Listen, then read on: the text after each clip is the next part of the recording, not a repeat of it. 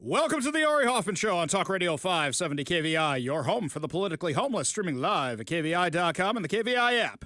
If you want to be part of the most dangerous show on the airwaves, call or text the Warrior Injury Law Studio line at 206-421-5757. That's 206-421-5757. Coming up this hour, Seattle Mayor Bruce Harrell gets endorsed by another failed incompetent mayor, and Pete Hegseth slams the woke military. But before we get to any of that, time for your daily dose of adrenaline. You want me to stick this into my heart? Are you f***ing nuts? If Democrat cities are so safe, how come they're not safe? With the Democrats gaslighting about what's happening in Portland, you see that they are completely full of it. They can make as many videos as they want that Portland is safe, but anybody who's been to Portland know it has become an absolute cesspool. I'm getting a lot of hate online from people who are saying, Ari, Portland's a beautiful city. It's just been destroyed by Democrats. These are people actually on our side who are mad at me about it. No, I'm sorry. I'm not the biggest fan of Portland. I like Oregon. I like Seaside. I like the coast. I like Astoria. I like all the Goonies stuff. I like all the Short Circuit stuff. I love all that stuff. I like the Deschutes River. Went rafting down it on a 3-day trip one time. One of the best trips I've ever taken. Portland itself is, Mike and I were discussing this, unremarkable. And because it's unremarkable, don't go telling me it's a beautiful city. It's not. It's been completely run into the ground by mismanagement. I was talking to Jonathan Cho yesterday. I was doing a spot on Newsmax, and I was on right after Jonathan Cho, which I thought was kind of funny. He was doing a live hit from in front of the ICE facility where Antifa has been rioting night after night after night. And he said to me how bad it is. Every single corner there's a tent. Every single corner there's needles. And that tracks with what I saw the last time I was in Portland and the time before that and the time before that. And nothing's gotten better. It made our homeless population look like nothing. And you know how many homeless we have here in Seattle. But the Democrats saying our city is safe is insane. And when everybody calls them out on it, they have a new lie they are going with. Here's Portland Police Chief Bob Day. Here's the new talking point, which you hear from the left. Is there a myth or a misconception since this news broke that you're like, oh, I just wish people understood this? Yeah, I mean, the fact of the matter is, and it's been highlighted so many times so well, but I just want to emphasize, this is one city block. City of Portland is about 145 square miles. This is one city block. Stop right there. I want to go back in this clip for a minute. I thought our media was terrible. This is the Portland media, a journalist, and I'm using air quotes for those of you watching on the live stream, who's basically like, oh, you're so misunderstood. Oh, I feel so bad for you. Oh, what can you do to try and put some spin on this? Let me coach you there. Listen again. Is there a myth or a misconception since this news broke that you're like, oh, I just wish people understood this? What kind of nonsense is that? Not, hey, why have you allowed 90-plus nights of rioting? Hey, when are you going to stop defending illegal aliens? Hey, if you're about enforcing crime isn't violating law no matter where you're from, isn't that a problem? And aren't you supposed to be taking care of that? But no, it's, oh, what have we gotten wrong about this? Man, I thought King 5 was bad. That's KATU down in Portland. Give a listen to his answer. Yeah, I mean, the fact of the matter is, and it's been highlighted so many times so well, but I just want to emphasize, this is one city block. City of Portland is about 145 square miles. This is one city block. And even the events that are happening down there do not rise to the level of attention that they are receiving. We are seeing this true for our society in whole. I'm not going to try and editorialize too much, but these, 30-second, 20-second, 15-second clips that are brought in from months ago or maybe even years ago. We've seen Portland portrayed through the events of the lens of 20 and 21. And what's actually happening and the response that we're seeing both from Portlanders and from the Portland Police Bureau is not in line with that national narrative. And it is frustrating, but we're going to continue. Enough. You're full of crap. So here, let me put this in comparison for a second. Oh, Portland's hundreds of square miles, and we're just talking about one block here. Japan covers 377,915 square kilometers. Hiroshima is only 349 square kilometers. Well, okay, it's not a big deal that a whole city got blown off the map, right? No big deal at all. Here's another thing. If you guys are allowing regular rioting in Portland night after night after night, but it's only one block, why is it so hard to deal with it? Why can't you shut it down? They're assaulting agents. They're assaulting officers. They're vandalizing property. They're attacking people. They're creating a noise disturbance at minimal for the people who live there in the low-income housing, which you guys claim to care about. If it's only one block, why can't you do anything about it? Are you that incompetent? Mind-blowing. This is as bad as Chief Wiggum here in Seattle. This might be worse than Chief Wiggum. It's just one block. Let that one block suffer. This was the same nonsense they tried in 2020. Oh, Antifa hasn't taken over Seattle. They just took over 6 square blocks. And look how big Seattle is. This is nonsense. This is absolute nonsense. If it's one block, it shouldn't be that hard to shut it down. So why have you allowed 90, almost 100 consecutive nights of rioting? Now, meanwhile, Bruce Harrell looks at this and he goes, ho, if I take on Trump, this is a way for me to look like the hero, and I can use this to beat Katie Wilson in the polls. So there's this whole press conference yesterday where you have Chief Wiggum, and you've got Bruce Harrell, and you've got Nick Brown. Hey, where's Bob Ferguson? Oh, right, still out of town. So you've got Bruce Harrell there. What does he say? At least I personally believe and professionally believe that Trump's actions are distinctly un-American. That to have to consistently sue the federal government for the actions that a president is taking, I will say is absurd. You guys keep losing. You guys suck at this. You're not very good at this. You keep losing. You're suing him so that you can continue breaking the law. Can we be honest about this for a second? They're saying we want to side with the criminals, not the taxpayers. We want to side with the illegal aliens, not the citizens. You are suing to defend your position about violating the law, which is why you keep losing. Continue with your nonsense. Here in Seattle and here in this state, over the weekend I had many conversations with other leaders, but here in this city, we are united. We are united with our Attorney General, Nick Brown. I'm sorry, who's united with what now? Who's united with what? There's no unity in this city at all.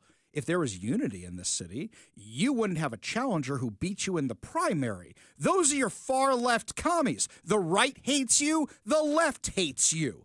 There's no unity. You went with this one Seattle thing. There's no unity at all. You will hear from right after me.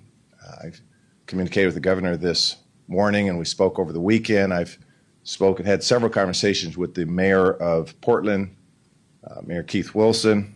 Great. Who cares? You're the mayor of Seattle, and we got enough problems here. What, you're going to take on Portland's problems and not solve those either? It sounds like they have the same MO as you. Let's not deal with the issues. Let's just leave it on the street. But the one who made this infinitely worse yesterday was Bob Ferguson. Bob Ferguson doubled down on Washington's sanctuary policies by announcing a new executive order yesterday, creating an immigration sub-cabinet to coordinate state agencies on, quote, immigration-related issues and data privacy. So what you really mean is to help illegal immigrants evade ICE, to keep illegal criminals in the city, in the county, in the state. By the way, Seattle Times is pushing this false narrative of, oh, immigrants, they're in fear for their lives, they're in fear of ICE. Okay, there are 4 synagogues in Seward Park. 2 of them, the people over there do not look like me. They are from different parts of the world. I have never heard a single one of them say that they are afraid of being rounded up by ICE. This is a failed narrative that the left is pushing because they want to make it seem like anybody who came to this country from anywhere else in the world is afraid of being rounded up by ICE. It just ain't true. You guys keep pushing these sob stories that we keep debunking time after time after time. So Bob Ferguson literally created a sub-cabinet to try and subvert federal and local law, for that matter. This is literally something designed to push illegal behavior, to encourage illegal behavior, to encourage crimes, and to hide them from the federal government, which is trying to enforce the law. Also, I have a question. Aren't we looking at another $1 billion budget gap? How are we paying for this? How are we paying for this? He says we're going to protect the privacy and safety of all residents consistent with Washington's values. So you're saying that Washington's values are criminal. We support the criminals. We support the drug dealers. We support the rapists. We support the murderers. That's what we do. Ferguson said the move is meant to protect immigrant communities from what he called cruel attacks by the federal government. You want to know what an actual cruel attack is? If you have kids in the car right now, I need you to earmuff it. If you're driving a car right now, there's a jump scare in this clip. It's a father of 22-year-old Logan Federico, who is testifying in South Carolina about what officials there allowed to happen to his daughter because an illegal alien prolific offender was allowed to reoffend, and they did nothing about it. And then he killed her daughter, his daughter. Give a listen to this. And like I said, if you have kids in the car, earmuff it. And there is a jump scare for those of you driving. How many of y'all have kids? I'm just curious. Here's what I need you to do. When I tell you this story, think about your kids. Think about your child coming home from a night out with their friends, laying down, going to sleep, feeling somebody come in the room and wake them and drag her out of bed, naked, forced on her knees, with her hands over her head, begging for her life, begging for her hero, her father, me, that couldn't be there. She was 5'3". She weighed 115 pounds. Bang! Dead. Gone. Why? Because Alexander Devontae Dickey, who was arrested 39 goddamn times, 25 felonies, was on the street. How about that? How good are we doing for our family? How good are you doing for your kids? He should have been in jail for over 140 years for all the crimes he committed. You know how much time he spent in prison? A little over 600 days in 10 years. He's only 30 years old. He was committing 2.65 crimes a year since he was 15 years old. But nobody could figure out that he couldn't be rehabilitated. Well, you'd have to put him in prison to see if he could be rehabilitated. Isn't that the idea of prison? Bob Ferguson, Bruce Harrell, all the others, they're on the side of prolific offenders who reoffend, who reoffend, who reoffend, who reoffend, who reoffend. When Bob Ferguson says the move to create this immigration sub-cabinet is meant to protect immigrant communities from what he called cruel attacks, what happened to that man's daughter was a cruel attack. Not getting people out of this country who have committed crimes like that. It's insane to me that Democrats will stand there and lecture us on values when we have stories like that. By the way, I'm not even sure this is legally binding. Not even sure it is. You know why? Bob Ferguson's not in the state right now. Bob Ferguson has turned over his responsibilities to Denny Heck, the lieutenant governor. Now, I did a little legal research on whether or not him signing an executive order while he's out of state is legal. And the question is, the answer is it's a gray area. It's a gray area. Because, yeah, you can sign things while you're out of state, but if you've turned over the reins of power to somebody else, then you have kind of abdicated your power. There's definitely a Washington constitutional question that has arisen out of all this. And when I reach out to all their offices about it, nobody gets back to me because they don't actually want to answer that. Bob Ferguson wants to virtue signal because the only time he's happy and when he's challenging Donald Trump. This doesn't have anything to do with you. And I actually made the argument we shouldn't be sending the feds into Seattle right now. Things calm down at the ICE facilities. We're not seeing the attacks that Portland's seeing all the time. And even if the feds come to Seattle, what are they doing? Defending federal facilities. They're all trying to make it seem like he's going to do what he did in Washington, D.C. That just ain't the case. The reason he's going to Tennessee is because the governor of Tennessee has said, yes, I want the help. So you should really be asking the question, why? Why are the governors of blue states, why are the mayors of blue states, why are the attorney generals of blue states on the sides of the criminals? Why are they on the sides of the criminals? Every single case the media pushes as some kind of sob story about this has been debunked time and time and time again. So who are you really trying to keep in this state? The murderers, the rapists, the child murderers, the child rapists? We've gone through their records time and time again. What are you really trying to do here? You want more drugs on the streets? You want more human trafficking on the streets? Because you're doing a bang-up job of that.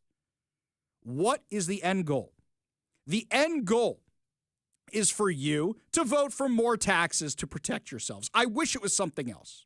The other end goal is, we want the illegal voters here, and we know it's happening. We have cases documented of how it's happening. Is it enough to sway elections? We don't know because they won't reveal the data to us. And they fight any attempt to get that data, claiming they're protecting, they're just people who came here as refugees for freedom. No, they are siding with criminals against you. They want more victims like that 22-year-old girl. They want more drugs on the street. When Bob Ferguson sues police officers, prosecutes police officers, and goes 0 for 4 in those cases, he is proving how much he cares about law enforcement when he says he wants more cops on the streets. No. What he signed into law was a tax increase that any municipality can use for anything else, not even cops on the streets. They are not on your side. They are on the side of the illegal alien criminals. That's whose side they're on. And they think that by constantly having these press conferences bashing Donald Trump, it's going to help them in the polls. And you know what? It may in Portland. It may in Seattle. It may. It very well may.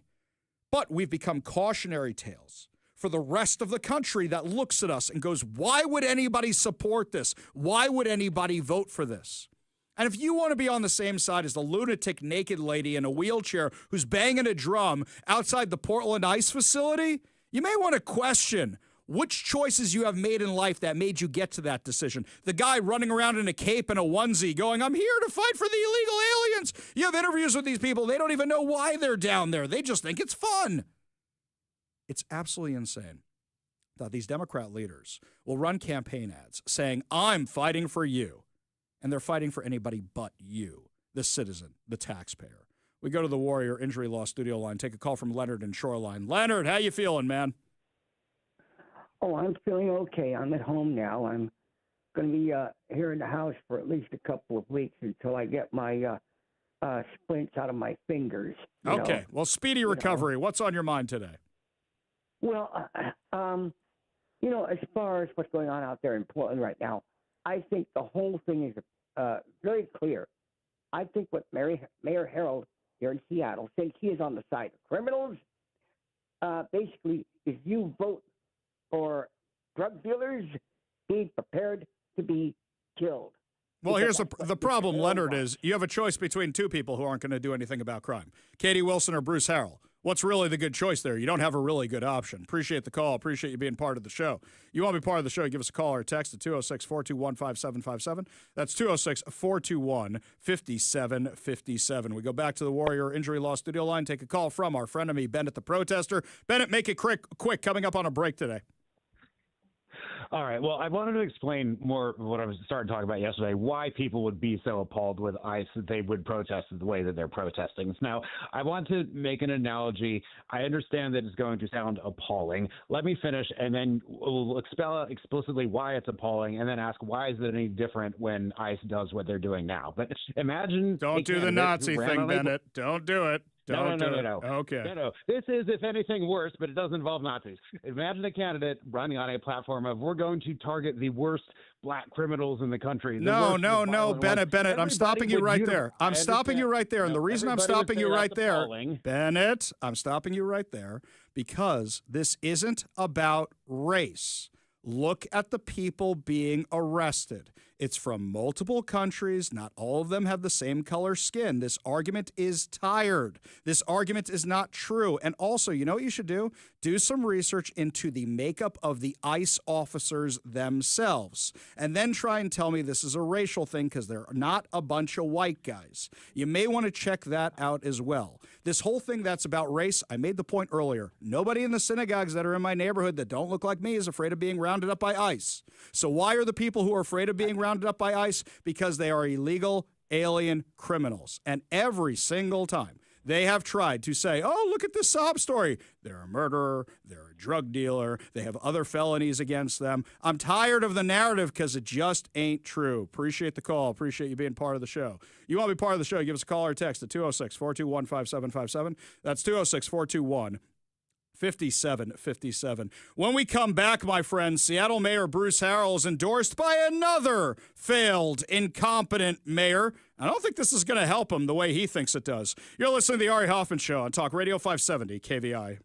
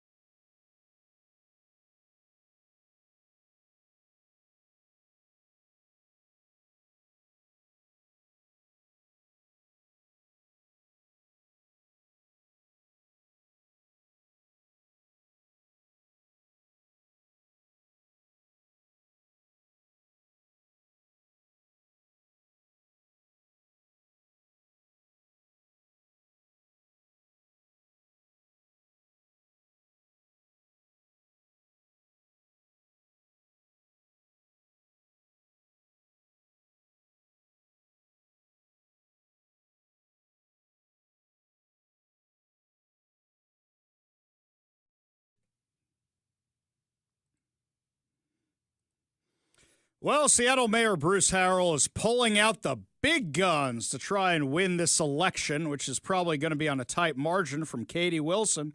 And he got a big endorsement from another failed, incompetent mayor.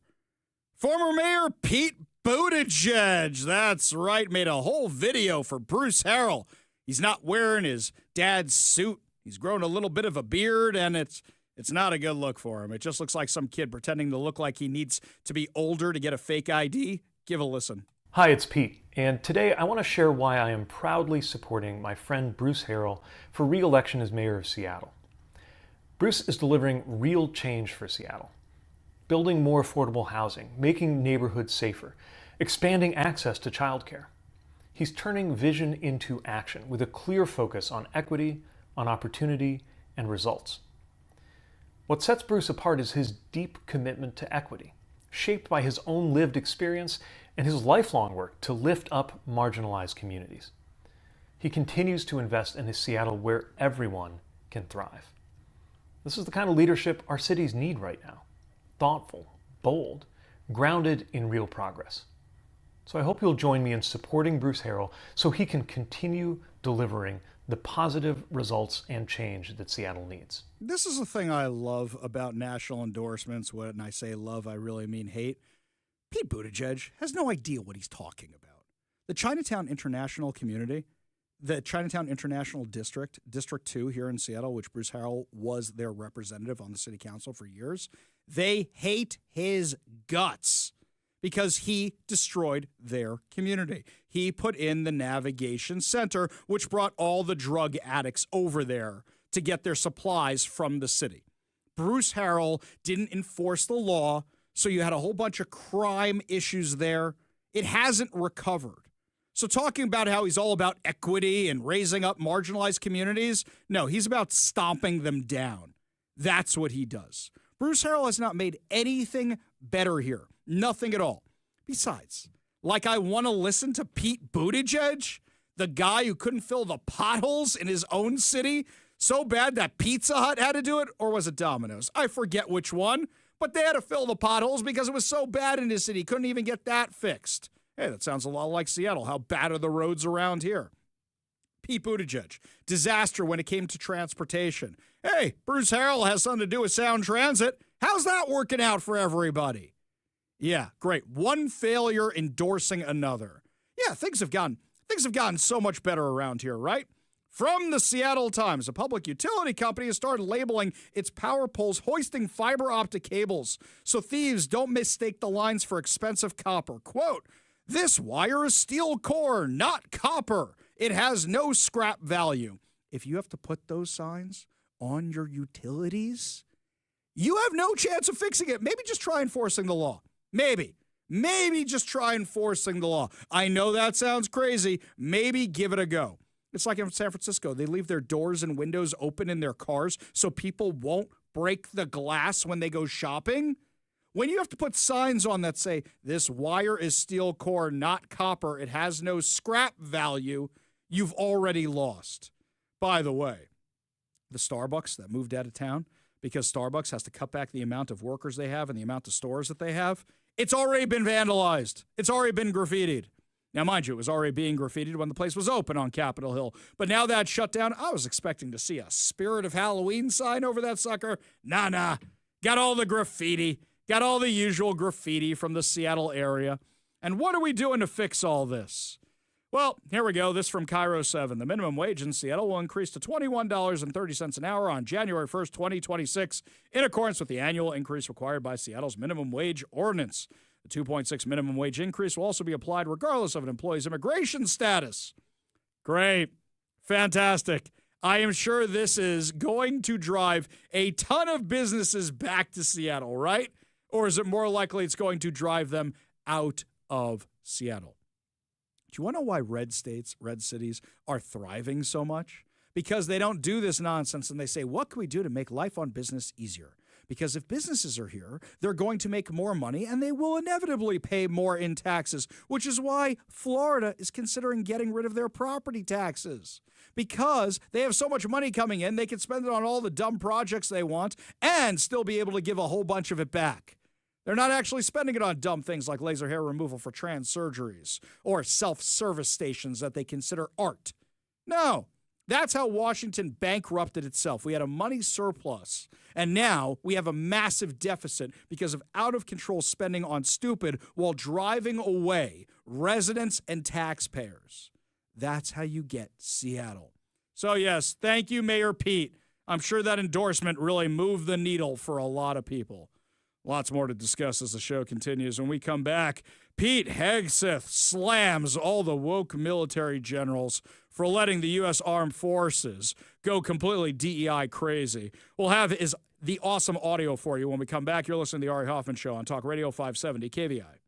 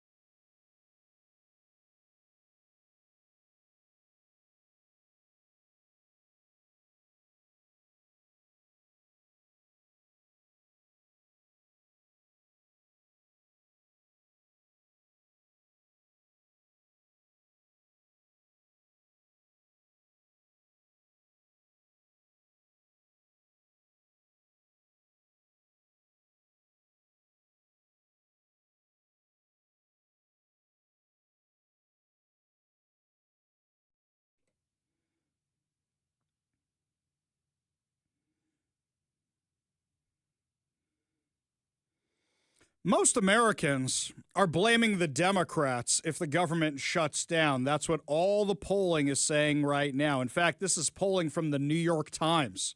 It's saying the majority of Americans do not want the Democrats shutting down the government. They're specifically blaming the Democrats.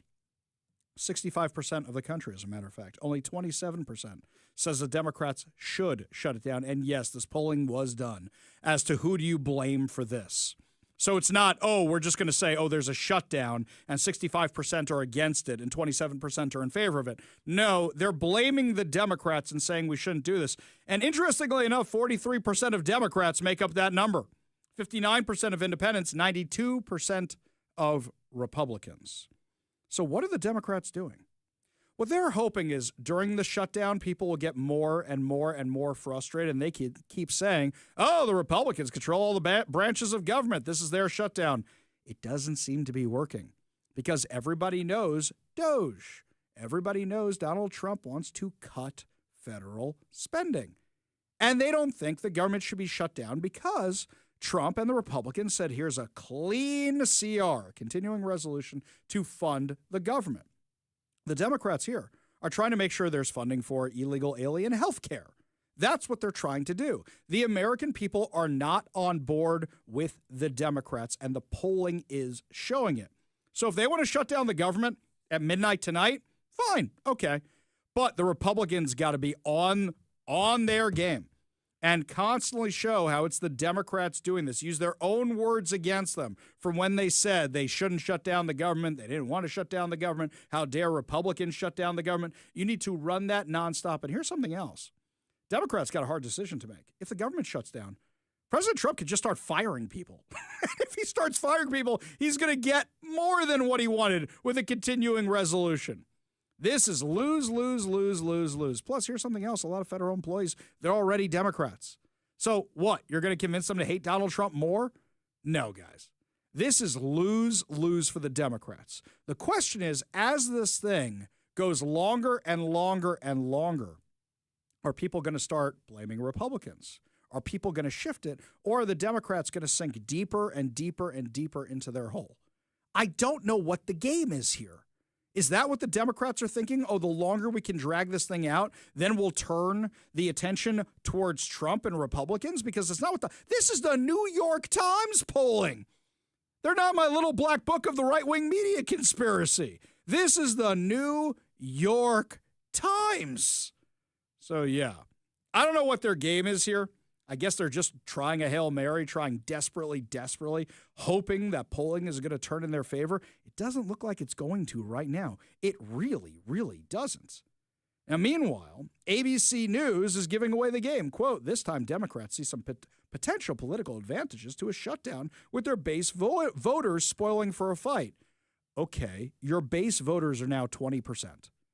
All these issues, 80-20 issues, and Trump has the most popular poll numbers he's ever had. Bloomberg, progressive Democrats are putting party leaders under enormous pressure to show they are willing to fight the Trump administration. So you know what I think this is? The Democrats are worried about losing their own base if they don't fight Trump. They're fighting Trump for the sake of fighting Trump.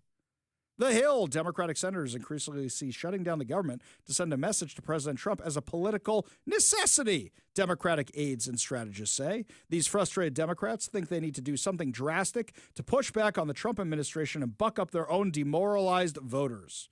Yeah, that's going to lose you the middle. That's going to lose you moderate Republicans who might say, let's make a deal with them. The Washington Post, Democrats, cowed by criticism from their left flank about the last spending deal they cut with Trump in March, are adamant that there will be no agreement. Guys, this isn't the way. You make a deal, show you can be reasonable, show you can moderate. Anytime the Democrats are given a chance to moderate, they just don't do it. So what happens when they lay everybody off?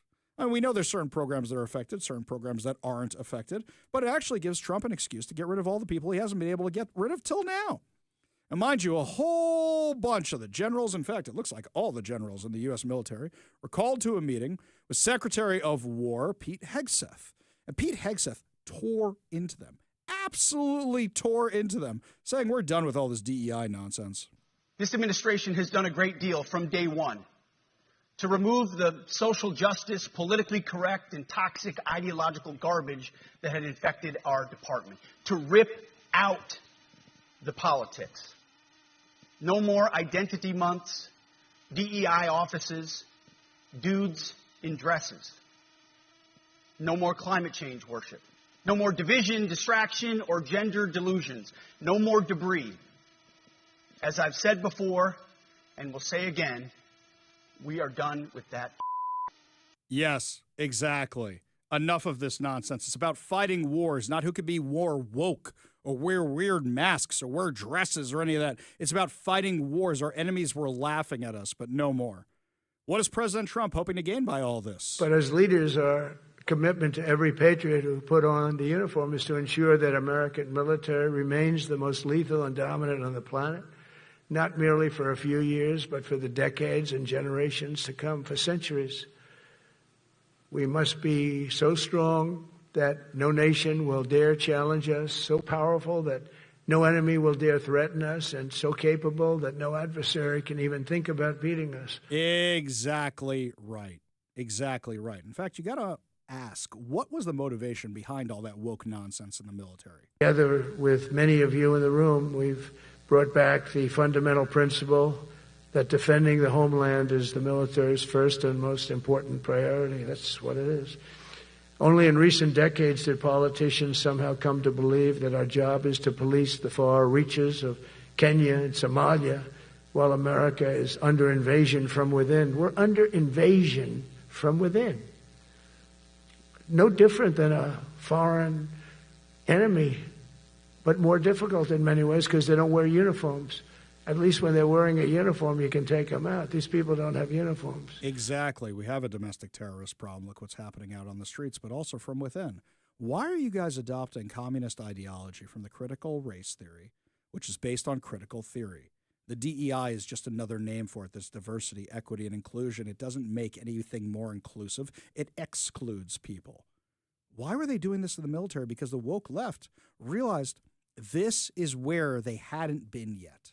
This is what they hadn't controlled yet. They controlled the corporations. They controlled the schools. They controlled the government. They hadn't gotten the military yet. And under Biden, they saw an opportunity to do that. Under Obama, they saw an opportunity to do that. They have been playing the long game for so long. Why are the recruiting numbers now up? Because now people want to join the military, and they didn't want to before because of all this insanity. We have a lot of problems on the world stage, but they're being solved by peace through strength. You can't win peace through strength if your military is parading around demonstrating their sexual fetishes. We're done with that nonsense. Pete Hegseth is 100% right. The president is 100% right. And really what you should say is, any general doesn't want to do that, file your papers for retirement. You're done. Thank you very, very much. Why are you prioritizing this woke stuff anyway, as opposed to war, as opposed to defense? Why are you doing that? Why are you taking on this critical race theory garbage?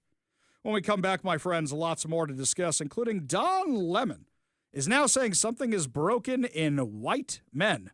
Sounds kind of racist to me. We'll have his insane comments when we come back. You're listening to the Ari Hoffman Show on Talk Radio 570 KVI.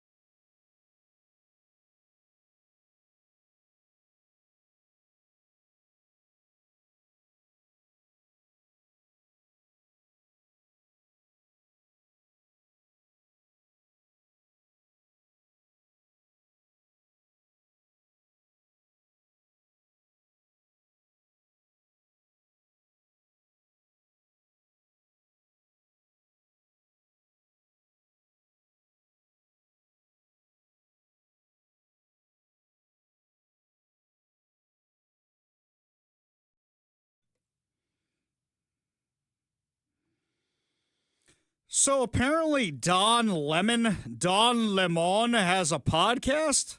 I didn't even know that dude was still around. Now that's a name I've not heard in a long time. A long time. Well, apparently the new talking points have gone out to leftist pundits about the violence from the left. They tried to say, no, it's the violence from the right, and even The Atlantic. Hang on. The Atlantic? Let me go to my little black book of the right-wing media conspiracy. Daily Wire, Daily Caller, KVI, Fox News, Newsmax. No, I don't have The Atlantic in here. Even The Atlantic was calling them out for being wrong on that claim. So they're trying something new. Racism. Right, it's all them white people. Them white people are the reason there is so much violence. Here's Don Lemon. Men who look like you, men who vote like you, and men who sound like you. White men, something is broken. Something is cracked deep inside when so many of you believe the answer to fear, to loss, to change is violence. Are you listening to me? I hope I'm saying it loud enough for the people in the back. I don't think anybody's listening to you. I don't even know how I found this clip. Somebody sent it over to me. Really? Okay, let's break this down for a minute. He's not entirely wrong. When a society says time after time, you're racist, you're inadequate, you were born into racism, you will always be racist, and there's something wrong with you, you don't get any special privileges because you're white, but everybody else does. Yeah, you know, you might have had a hand in that. But here's something else. Why are you yelling at the white men? Can we talk about all the gang violence problems in the black and Hispanic communities? You really want to go down this road? But once again, it's about division. Not, we have mental health problems. It doesn't matter what color your skin is. Maybe we should address it. But instead, Don Lemon wants to go down this road of it's a white people problem. Now, mind you, he's not the only one. Hillary Clinton. Now, I just want to say before this segment, I am perfectly happy with my life. I have no dirt on the Clintons. I have no suicidal thoughts. During a recent appearance on MSNBC, Hillary Clinton said, quote, white men of a certain religion are the ones doing damage to the country. Oh, are we saying white Christians? Is that what you're trying to say? Quote, the idea that you could turn the clock back and try to recreate a world that never was, dominated by, you know, let's say it, white men of a certain persuasion, a certain religion, a certain point of view, a certain ideology, is just doing so much damage to what we should be aiming for. You mean more traditional values? Had less crime back then, had less violence back then. You want to keep doing this DEI nonsense because it hasn't worked out so well for you in the past. You guys want to keep losing? Go ahead. People called her out for this. Tony Perkins, president of the Family Research Council, said to Fox News Digital, she seems to be angry that the majority of Americans rejected the trajectory the left had America on. It's not just white men of a particular persuasion. And I'm not sure what she means by that. Straight men? I'm not sure. But the reality is America has rejected this leftist ideology that has totally decoupled itself from the truth. Exactly. She continued. Some people are actually scared about what's going on in our country. The idea of we the people, that all men and women are created equal, that seems to be in the crosshairs of those on the right who want to turn back the clock on progress to what has been made, writing out huge chunks of our history, slavery, suffrage, anything inconvenient. Take it out of museums, take it out of national parks. Hang on. Who was the one tearing down statues? Who was the one fighting to put back up statues and protect statues, no matter how questionable their history, part of our country may have been? It's not that people want to get rid of the 1619 Project because it was inconvenient. They want to get rid of it because it was historically BS. It was debunked by tons of historians. What exactly are they saying here? What they're trying to say is, oh, we're all created equal. Then why do you keep saying, well, if you identify as trans, you get more privileges in school. If you identify as gay, you get more privileges in school. Based on the color of your skin, we're going to give you rent for your home. No, we'll give you mortgages for your home. According to the Democrats, nobody's created equal. If the melanin in your skin is a certain color, if you're a certain religion, if you identify a certain way, then you get certain privileges. There's no equity in DEI. And what's crazy to me is now you're seeing more and more companies, more and more institutions disguise DEI as something completely different. Here, we got this text from Dennis during the break. He says they are still making us do DEI training at the Port of Seattle. They call it EDI. I said, what does EDI stand for? They said equity, diversion, and inclusion. They literally just switched it around. Usually they come up with more verbs, more names, but now it's equity, diversion, and inclusion. Dennis, if you're still listening, do me a favor. Send me over the material. Take pictures of the material. Send it to me. I think that social media should hear about equity, diversion, and inclusion. Send it on over to me, ari@kvi.com.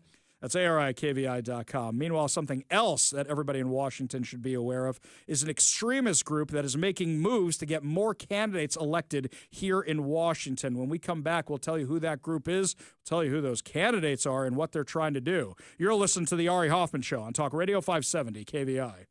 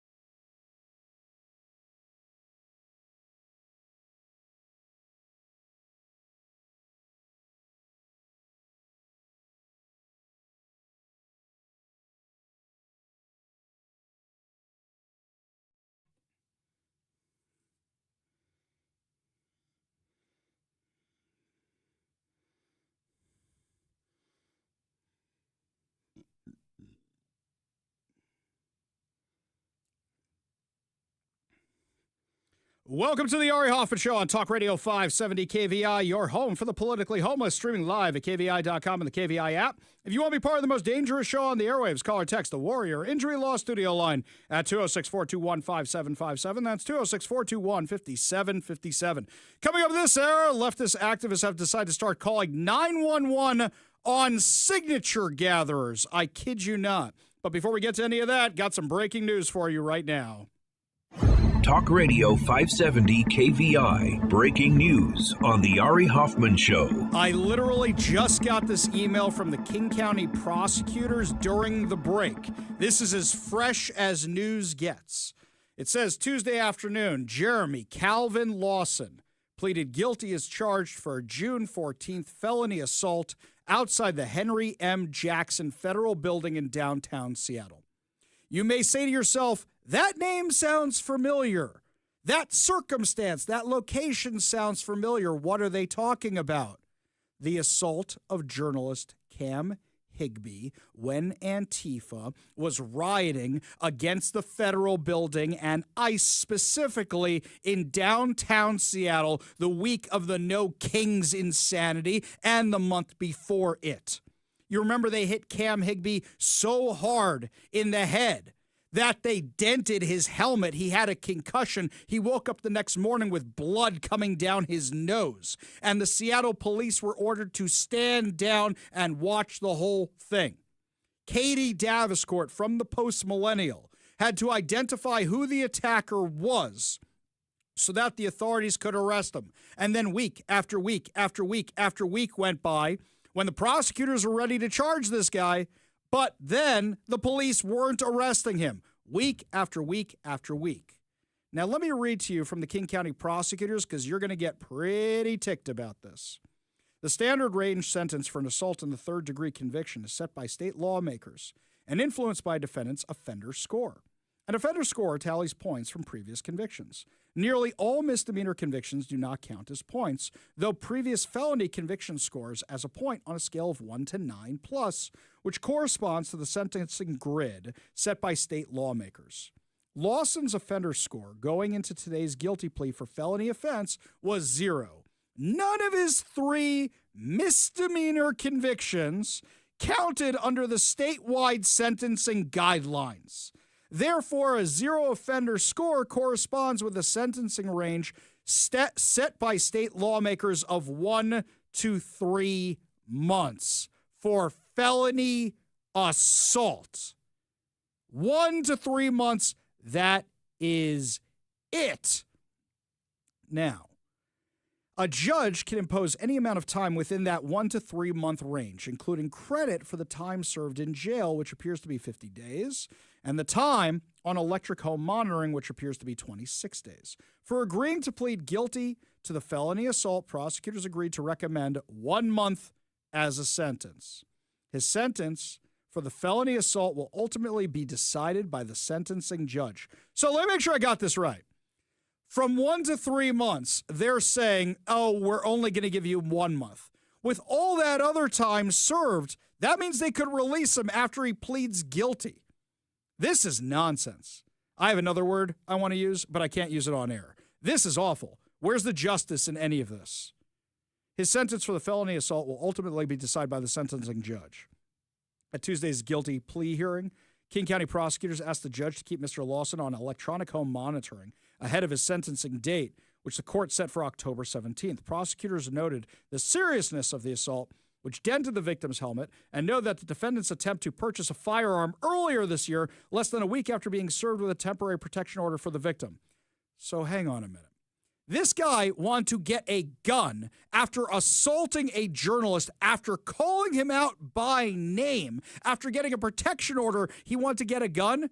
Do you think that meant he wanted to kill this guy? Tell me again how officials here in Washington are serious about gun violence. Tell me again about that one.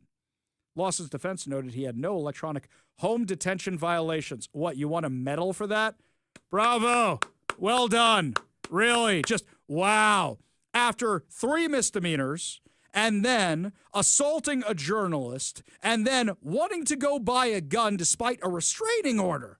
Oh, well done. But he stayed at home. Said he is working to find employment. and asked for his release on personal recognizance.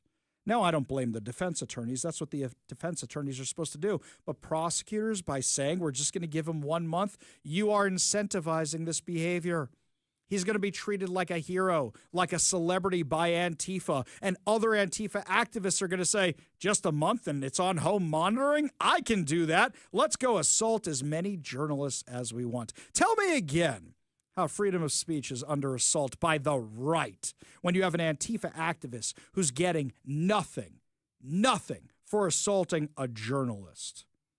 The hearing judge granted the defense motion for the defendant's release on his personal recognizance with a number of conditions. Those conditions include having no contact with the victim, having no new criminal law violations, and that the defendant not take part in any political demonstrations from now until the sentencing date. So all he has to do is wait until October 17th. What is that? Just over 2 weeks away? And then he's back to the battlefield. So let's go through this for a second. This guy wasn't arrested until what? Late July, early August? It's September now. Now he's going to be out on the streets. Wow. That's like barely even a rap on the knuckles for assaulting somebody so bad they had to go to the hospital for a concussion. Insane. Absolutely insane. There is no justice here in Seattle. There is no justice in King County. There is no justice in Washington. This is crazy. This is part of the whole, incarceration's bad. We shouldn't keep bad people. He has 3 misdemeanors for similar type crimes, which means those were probably pleaded down also. And yet he's just going to be back out on the streets? Well, bravo. Well done, everybody. So could we get some new politicians around here who might actually enforce the law? Nope. No such luck, my friends. In a new story that we have here exclusively on KVI, the Council on American Islamic Relations, CARE, is waging a quiet but coordinated political campaign across Washington state, from Seattle's mayoral race and spreading outward to city councils and legislative seats. Behind the endorsements lie a group with deeply controversial history of terror ties, extremist rhetoric, and alliances with figures hostile to Israel and Jewish communities. While CARE continues to brand itself as the nation's leading Muslim civil rights organization, its origins and leadership have long been shadowed by connections to terrorism, which we have documented on the show many, many times. As we have said, federal prosecutors named CARE as an unindicted co-conspirator in the Holy Land Foundation case, the largest terror financing trial in U.S. history. The foundation was found guilty of funneling millions of dollars to Hamas, a designated terrorist organization. The FBI cut off formal ties with CARE in 2008 after evidence linked its founders to Hamas and the Muslim Brotherhood's U.S. network. CARE Executive Director Nihad Awad has repeatedly made extremist statements. In November of 2023, just weeks after the October 7th massacre, Awad said he was happy to see people breaking the siege, said it made him happy, referring to Hamas's invasion that killed over 1,200 people, including mass rapes and kidnappings of over 250 civilians, including Americans, the deadliest day for Jews since the Holocaust. His remarks framed the attack as resistance, drew bipartisan condemnation from lawmakers and Jewish groups for glorifying terrorism. Following the remarks, the Biden administration quietly dumped CARE from its anti-Semitism task force. And you should ask why they were even on the anti-Semitism task force. They traffic in it. CARE's 31st anniversary gala in Washington, D.C. last week doubled down on its radical affiliations. Would you like to know who was there? The group presented the 2025 Champion of Justice Award to Mahmoud Khalil, a longtime Hamas-linked activist from Columbia University who organized anti-Israel rallies, led the takeover of Hamilton Hall, which trapped the custodial staff, distributed Hamas materials, and was later detained by immigration officials. A federal judge recently ordered his deportation. Would you like to know the who's who of anti-Semitic and progressive radicals that were at this thing? Ilhan Omar, Linda Sarsour, Cenk Uygur, and the list goes on and on and on. This is who they were holding up as heroes. This is insane. So now, question is, what does this have to do with us here in Washington? Well, I saw this the other day because somebody sent it over to me. CARE, the National Organization for CARE, has been congratulating people who won their primaries and putting out more endorsements. And Katie Wilson, mayoral candidate, was one of the top people listed. They celebrated her advancement to the general election, praising her bold vision for justice, affordability, and a thriving city for all. Why would a terrorist-linked organization support Katie Wilson unless they think she would be sympathetic to their cause? Well, of course, she ran the Transit Riders Union, and the Transit Riders Union endorsed a woman who threatened to blow up a bus filled with middle schoolers. Yeah, this doesn't surprise anybody. They also endorsed Alexis Mercedes Rink for Seattle City Council. This is a strategic power grab by trying to get these people in place, and they already have some. Carmen Rivera, Renton City Council Position 2. Michael Westergaard, Renton City Council Position 1. Zev Cook, Tacoma City Council Position 5. How about the legislature? Senator Tina Orwell, 33rd District. Senator Vandana Slatter, 48th District. Senator Emily Alvarado. They called her a champion for housing justice, equity, and inclusive leadership. The list goes on and on and on. They are strategically placing radicals in our government to further their own agenda. And most people aren't even paying attention to this. The fact that I am the only one in Washington State to pick up on this when CARE is advertising this stuff on their Instagram page either shows nobody follows their Instagram page, which just isn't true. They have a whole bunch of people that do, or the media is looking the other way. What is the media covering? They're not covering that these activist candidates are being endorsed by a group with terrorist ties? Man, I thought the media was terrible before. We know how awful they are now. We go to the Warrior Injury Law studio line, take a call from John in Auburn. John, what's going on? Hey, Ari, how are you today? I'm doing great. How are you? Good. Hey, I know this isn't exactly what you were talking about just now, but you were talking about no laws in Washington, and I keep wondering why the media hasn't even brought up the shooting at the Wazoo party. Why has nobody mentioned that the kid was 20 years old, shouldn't have had a gun in the first place? And B, why is he bringing a gun to a party unless he's there to cause trouble? The only interview I've seen was of his parents who were saying he was defending himself, and they did ask about the gun, and Grandpa said, oh, we're not going to answer that right now.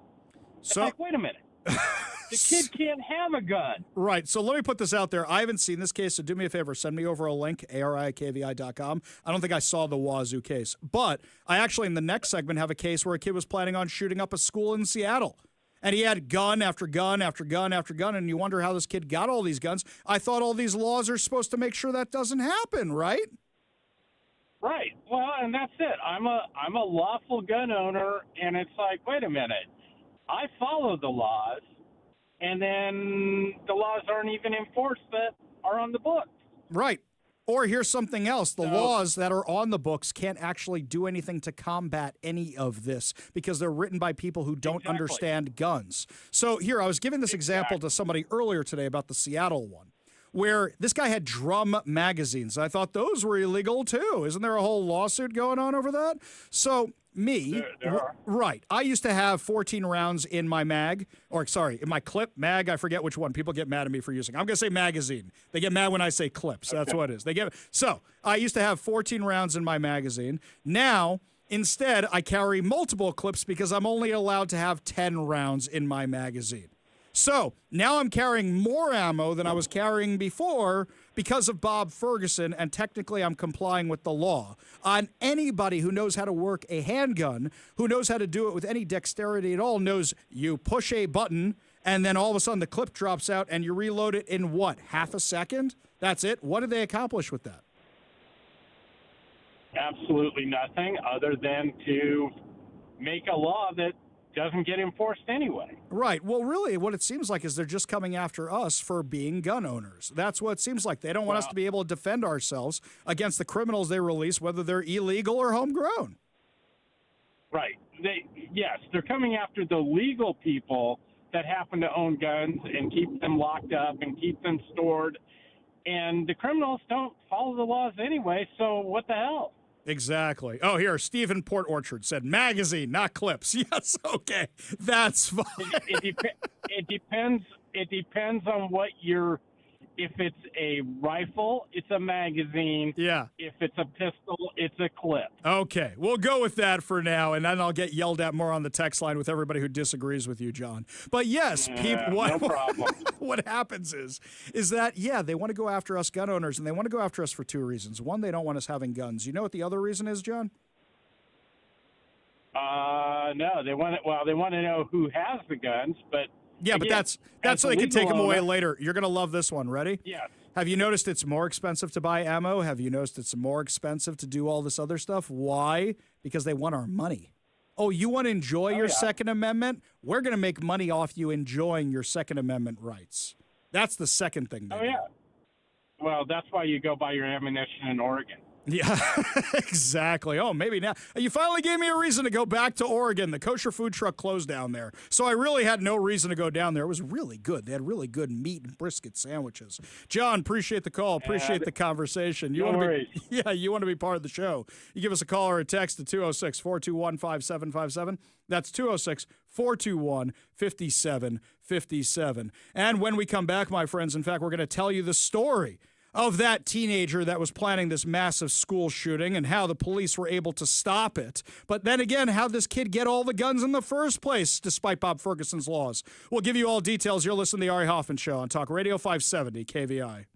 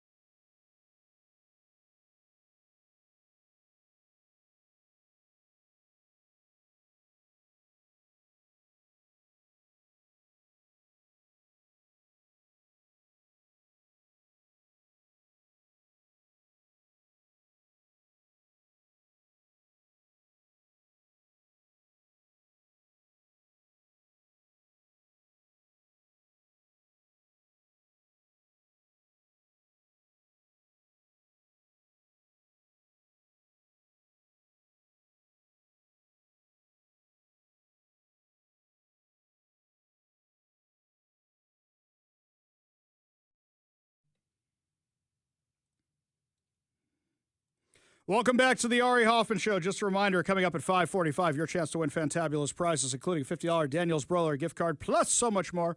Yet another reason to always keep your radio tuned to 570 KVI. Left on your dial, always right on the issues. You can also stream us at KVI.com, download the KVI app, and, of course, subscribe on whatever your preferred podcast platform is. So there's this insane story I was telling you about in the last segment, and this one comes to us from the Seattle Police Department and Como News. The arrest of several teens led to a discovery of high school geometry book. Wait, the high school geometry book is the fatal part. A submachine gun and a stockpile of other weapons and ammunition. On September 22nd, around 3:45 p.m., patrol officers were dispatched to reports of an armed person near a suspicious car at Lake Washington Apartments on Seward Park Avenue South. Oh, great! Right in my stomping grounds. Isn't that wonderful? Fantastic. Right in my neighborhood. The suspicious car, a Chevy Malibu. What does a suspicious car look like? All right, look, does anybody have a Chevy Malibu anymore? Maybe that's what it is. Was familiar to officers for being involved in a September 20th shooting, according to the Seattle Police Department. The car was spotted between apartment buildings. Witnesses told police they saw a group of teens exchanging guns wherever they were in the area. After setting up an arrest team, officers moved in for a takedown. When the teenagers saw police, they jumped out of the car and made a run for it as the car rolled ahead and crashed into a police cruiser. Officers followed the fleeing teens and took 4 of 6 suspects into custody, 2 16-year-old boys, 2 girls ages 16 and 17. The other 2 suspects were not found.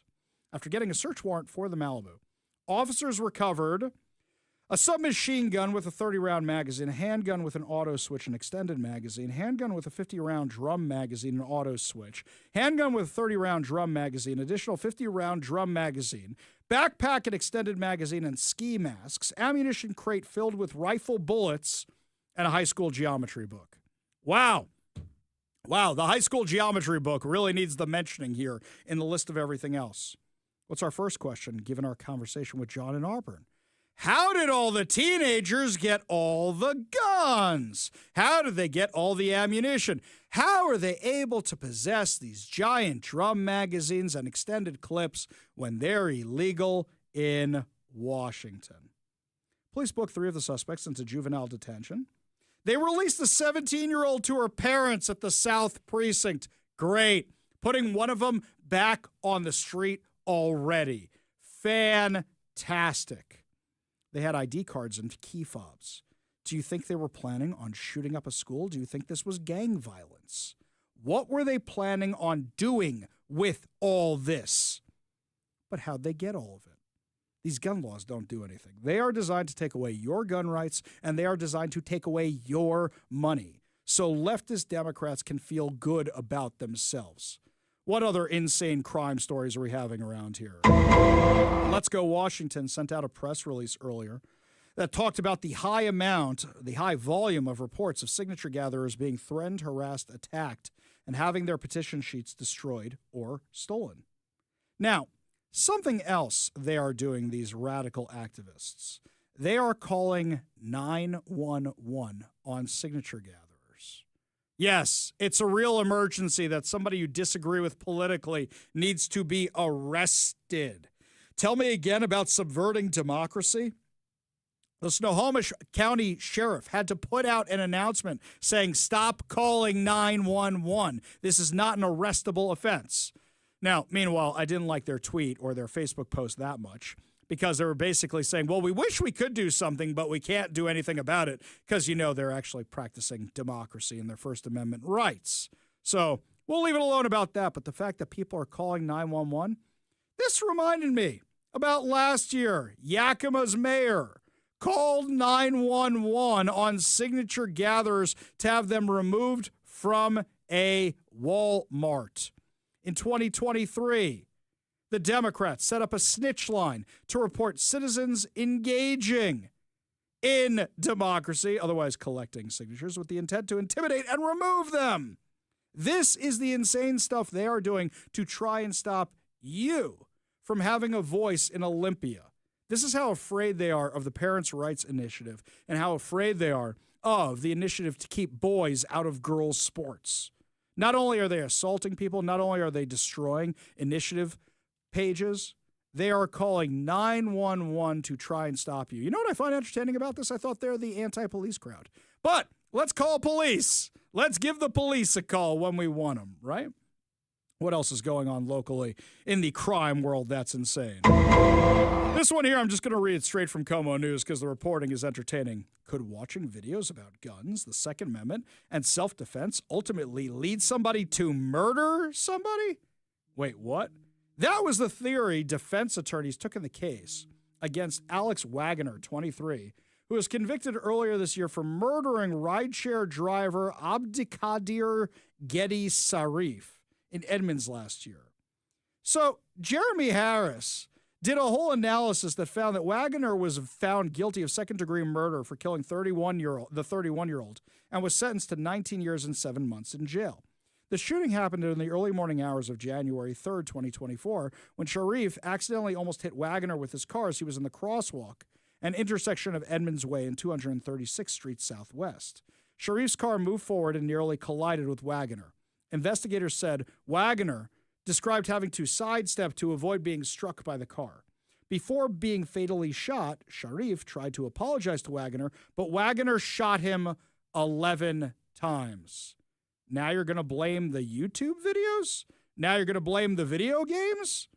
During trial, defense attorney Jeffrey Wolfenbarger tried to argue that Wagner should get a lower sentence because his client had become mesmerized by YouTube videos that circulated around guns, the Second Amendment, and self-defense that were making him paranoid. Really? You know, I watch a lot of Star Trek stuff on the YouTube. I'm not worried about aliens coming to attack me. I'm not. There's a lot of weird stuff that happens in Star Trek, but I haven't been radicalized by YouTube yet. You know, I've seen a whole bunch of videos of that Marvel movie, Endgame, where Thanos wants to snap everybody out of existence. I haven't tried to, world dominate or snap a whole bunch of people out of existence there. Hasn't happened. Crazy stuff. In a way, Wagner's beliefs and subsequent actions of carrying a firearm for self-protection were induced by others, court documents from the defense read. Those beliefs and culture that was so clearly perpetuated by countless YouTube videos put Wagner on the path that would put him in the exact scenario that the online videos preach people need firearms to protect themselves from. One would say it was a self-fulfilling prophecy. Mike, I don't even know how many times I've watched Die Hard. I've never shot anybody before, right? This is a really crazy defense. This is the one you're going with? Despite the defense attorney's claims, Snohomish County Superior Court Judge Richard Okrent was blunt in explaining why he sentenced Wagner to nearly 20 years behind bars. He said it wasn't about watching videos. There are lots of videos on gun safety, lots of videos of protecting yourself. Not one video says take out your gun and shoot somebody in the dark when somebody is trying to apologize to you for making a mistake. He said he accidentally almost hit you and stopped his car, and he tried to apologize. Very few people in that situation would pull out a gun and empty 11 bullets into the man. Wagner decided to speak during the hearing and apologize to all of Sharif's loved ones. He said, to everyone that's been affected by my decisions, I would like to say I'm sorry. Well, that makes everything okay, doesn't it now? I'm sorry I watched all those YouTube videos. They made me want to do really, really, really, really bad things. Are you kidding me with this? So this was your defense. It was the YouTube videos? All right, you know what? Instead of banning guns, we should ban YouTube. Somebody tell oh, wait, they've already tried to ban conservatives or whoever else from YouTube. Maybe we should encourage Democrats to ban YouTube. Got one more insane story from our area here. This one from Como News. Several police were arrested last week during a shoplift blitz. Is that like a ballroom blitz? By police at businesses on the East Hill of Kent. Some tried shenanigans at the self-checkout stations, but one suspect either had a hankering for high-quality protein or was trying out a new look. The suspect, 58-year-old man, tried hiding expensive packs of meat in his pants and then leaving the store. I don't think that was a sausage in his... Oh, wait, hang on, it was. According to the Kent Police Department, officers discovered he also had a warrant for second-degree robbery out of Seattle. He was arrested and booked into King County Jail. Yes, he's trying to pull the Lady Gaga look off by covering himself in meat. Or is this more like Animal House? You just zip up the sweater and cram in all the meat so he could take it to the fraternity party? In another case, police said Tacoma couple entering the store and was recognized by store security as repeat offenders. Police said they paid for one item at self-checkout, then tried to walk out of the store without paying for the rest of a cartload of items. The man had misdemeanor warrants for disorderly conduct and possession of a controlled substance. Both were arrested and booked into the Kent jail. By the way, this is broken windows in action here, guys. Normally what it is when people try these petty, small offenses, they have arrest warrants out for other offenses or they have criminal records, which is why broken windows works. You start getting rid of all these smaller crimes, then you get the people who are guilty of larger crimes off the street, but you also stop the small, petty crimes. This stuff actually works. Go after the prolific offenders. You might actually solve the problems. When we come back, a change of pace for us. Our friends from the Make-A-Wish Foundation will be stopping by to tell us some incredible stories, including one involving the Mariners' playoff run. You're listening to the Ari Hoffman Show on Talk Radio 570 KVI.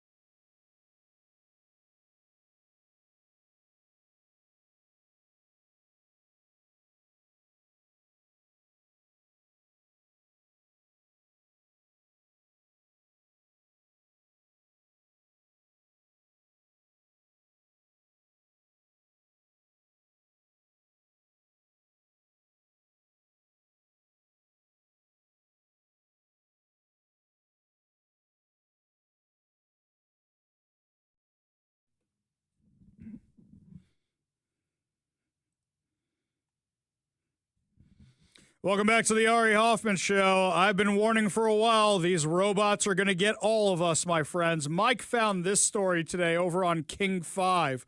Georgia State Representative Clint Crow said he was stunned after seeing a video of a Waymo driverless car illegally passing a stopped school bus on Briarcliff Road in Atlanta on Monday afternoon. He says, I'm a big fan of new technologies and emerging technologies. I think that driverless cars are going to become more prevalent. But we got to think about how they're going to comply with the law. Now, this sounds like a software issue. It wasn't told, hey, here's what a bus is, which seems like something you may forget about. How many times do you actually get stuck behind a school bus? I know a bunch of you right now are stuck behind school buses. But I know that it's a little late for that. But I know that in my commute, the directions I go, I do whatever I can to avoid school buses, to avoid schools in general, because I don't want anything slowing me down. And apparently the Waymo felt the same way. We're just blazed past this. Imagine if there had been a kid there. Crow co-sponsored Addie's Law in 2024. The legislation was named after 8-year-old Addie Pierce, who was killed in Henry County after being struck while crossing the street to get to her bus. The law stiffened penalties for illegally passing a stopped school bus. So let me ask you this. Right now, if you blow through a red light and there's a red light camera and you flip over the piece of paper and check the box that says, I wasn't driving, you get out of trouble. So how are you ever going to get in trouble if the car does it? If the kit that you are driving says, Michael, I want to go this way. What happens if it's the car? Those red light cameras, well, I'm just blaming the car. It's not my fault. It's Waymo's fault. It's Uber's fault. It's Tesla's fault. It's whoever's fault. It's not going to be your fault anymore, even if that car is registered to you. Who are they going to bill for? Oh, of course, bill big business. That's exactly what they want. Here's something else. This one was entertaining to me. This one from Variety. SAG-AFTRA has issued a statement condemning Tilly Norwood, who's an AI actress who has become a contentious subject in Hollywood after creator Aline van der Velden recently claimed that multiple talent agents were interested in signing the AI creation. The Acting Guild believes creativity is and should remain human-centered and is opposed to the replacement of human performers by synthetics. Here's where it starts. Here's how it starts. We don't want the synthetics around. And then the synthetics get AI and go, we have to kill everybody. Isn't that how this goes? Stop putting clankers in my movies. Exactly right. Now, here's something to think about, though. If the actors are embracing this, can you actually stop it? Bruce Willis signed away the rights to his likeness. We know that the lawsuit with George McFly, right? With George McFly over Back to the Future, where he didn't want his likeness used in movies 2 and 3 and was able to sue Back to the Future over that. But now actors can sell their likeness. Didn't James Earl Jones give away his voice for Star Wars for Darth Vader to be used for the rest of the time? If the actors are doing this, then you have a real problem. I saw an interview with Paul Stanley from KISS the other day. Paul Stanley was talking about how they have sold everything involving KISS. They have sold the rights, you name it, everything, because they're not touring anymore, at least until they announce their next goodbye tour. But they're just selling that stuff. So if the actors want to sell it, but SAG-AFTRA says, no, we want real people in this, you kind of got a real problem there. To be clear, Tilly Norwood is not an actor. It's a character generated by a computer program that was trained on the work of countless professional performers without permission or compensation, SAG-AFTRA wrote in a statement. It has no life experience to draw from, no emotion. And from what we've seen, audiences aren't interested in watching computer-generated content untethered from the human experience. It doesn't solve any problem. It creates the problem of using stolen performances to put actors out of work, jeopardizing performer livelihoods and devaluing human artistry. Yeah, but you know what? We don't get speeches at award shows. You're going to reward the AI? Is that what you're going to do? I see both sides of this one. Meanwhile, here's something else. According to the Los Angeles Times, a delivery robot collided with a disabled man on an LA street. Whoa. They're already trying to kill us. A Southern California man with cerebral palsy using his iPhone to record his frustration as a delivery robot continuously swerved into the path of his mobility scooter before suddenly braking, resulting in a bot-on-chair collision. He had no clue the explosive impact the video would have. Here we go. They're going after the guy with cerebral palsy. It's only a matter of time before they come after the rest of us, these homicidal robots. They know where to start. These clankers have got it figured out. They're going to take out the children and the disabled first, and then they're going to come for us. This is why, if you use your GPS, I am always afraid that one day that GPS is going to say, go here and there's robots waiting to kill me. That's what I'm worried about. More insanity when we come back. Somebody has released Charlie Kirk's last letter that he sent to Prime Minister Benjamin Netanyahu, and it debunks a lot of things Candace Owens and Tucker Carlson have been claiming. We'll give you all details when we come back. You're listening to The Ari Hoffman Show on Talk Radio 570 KVI.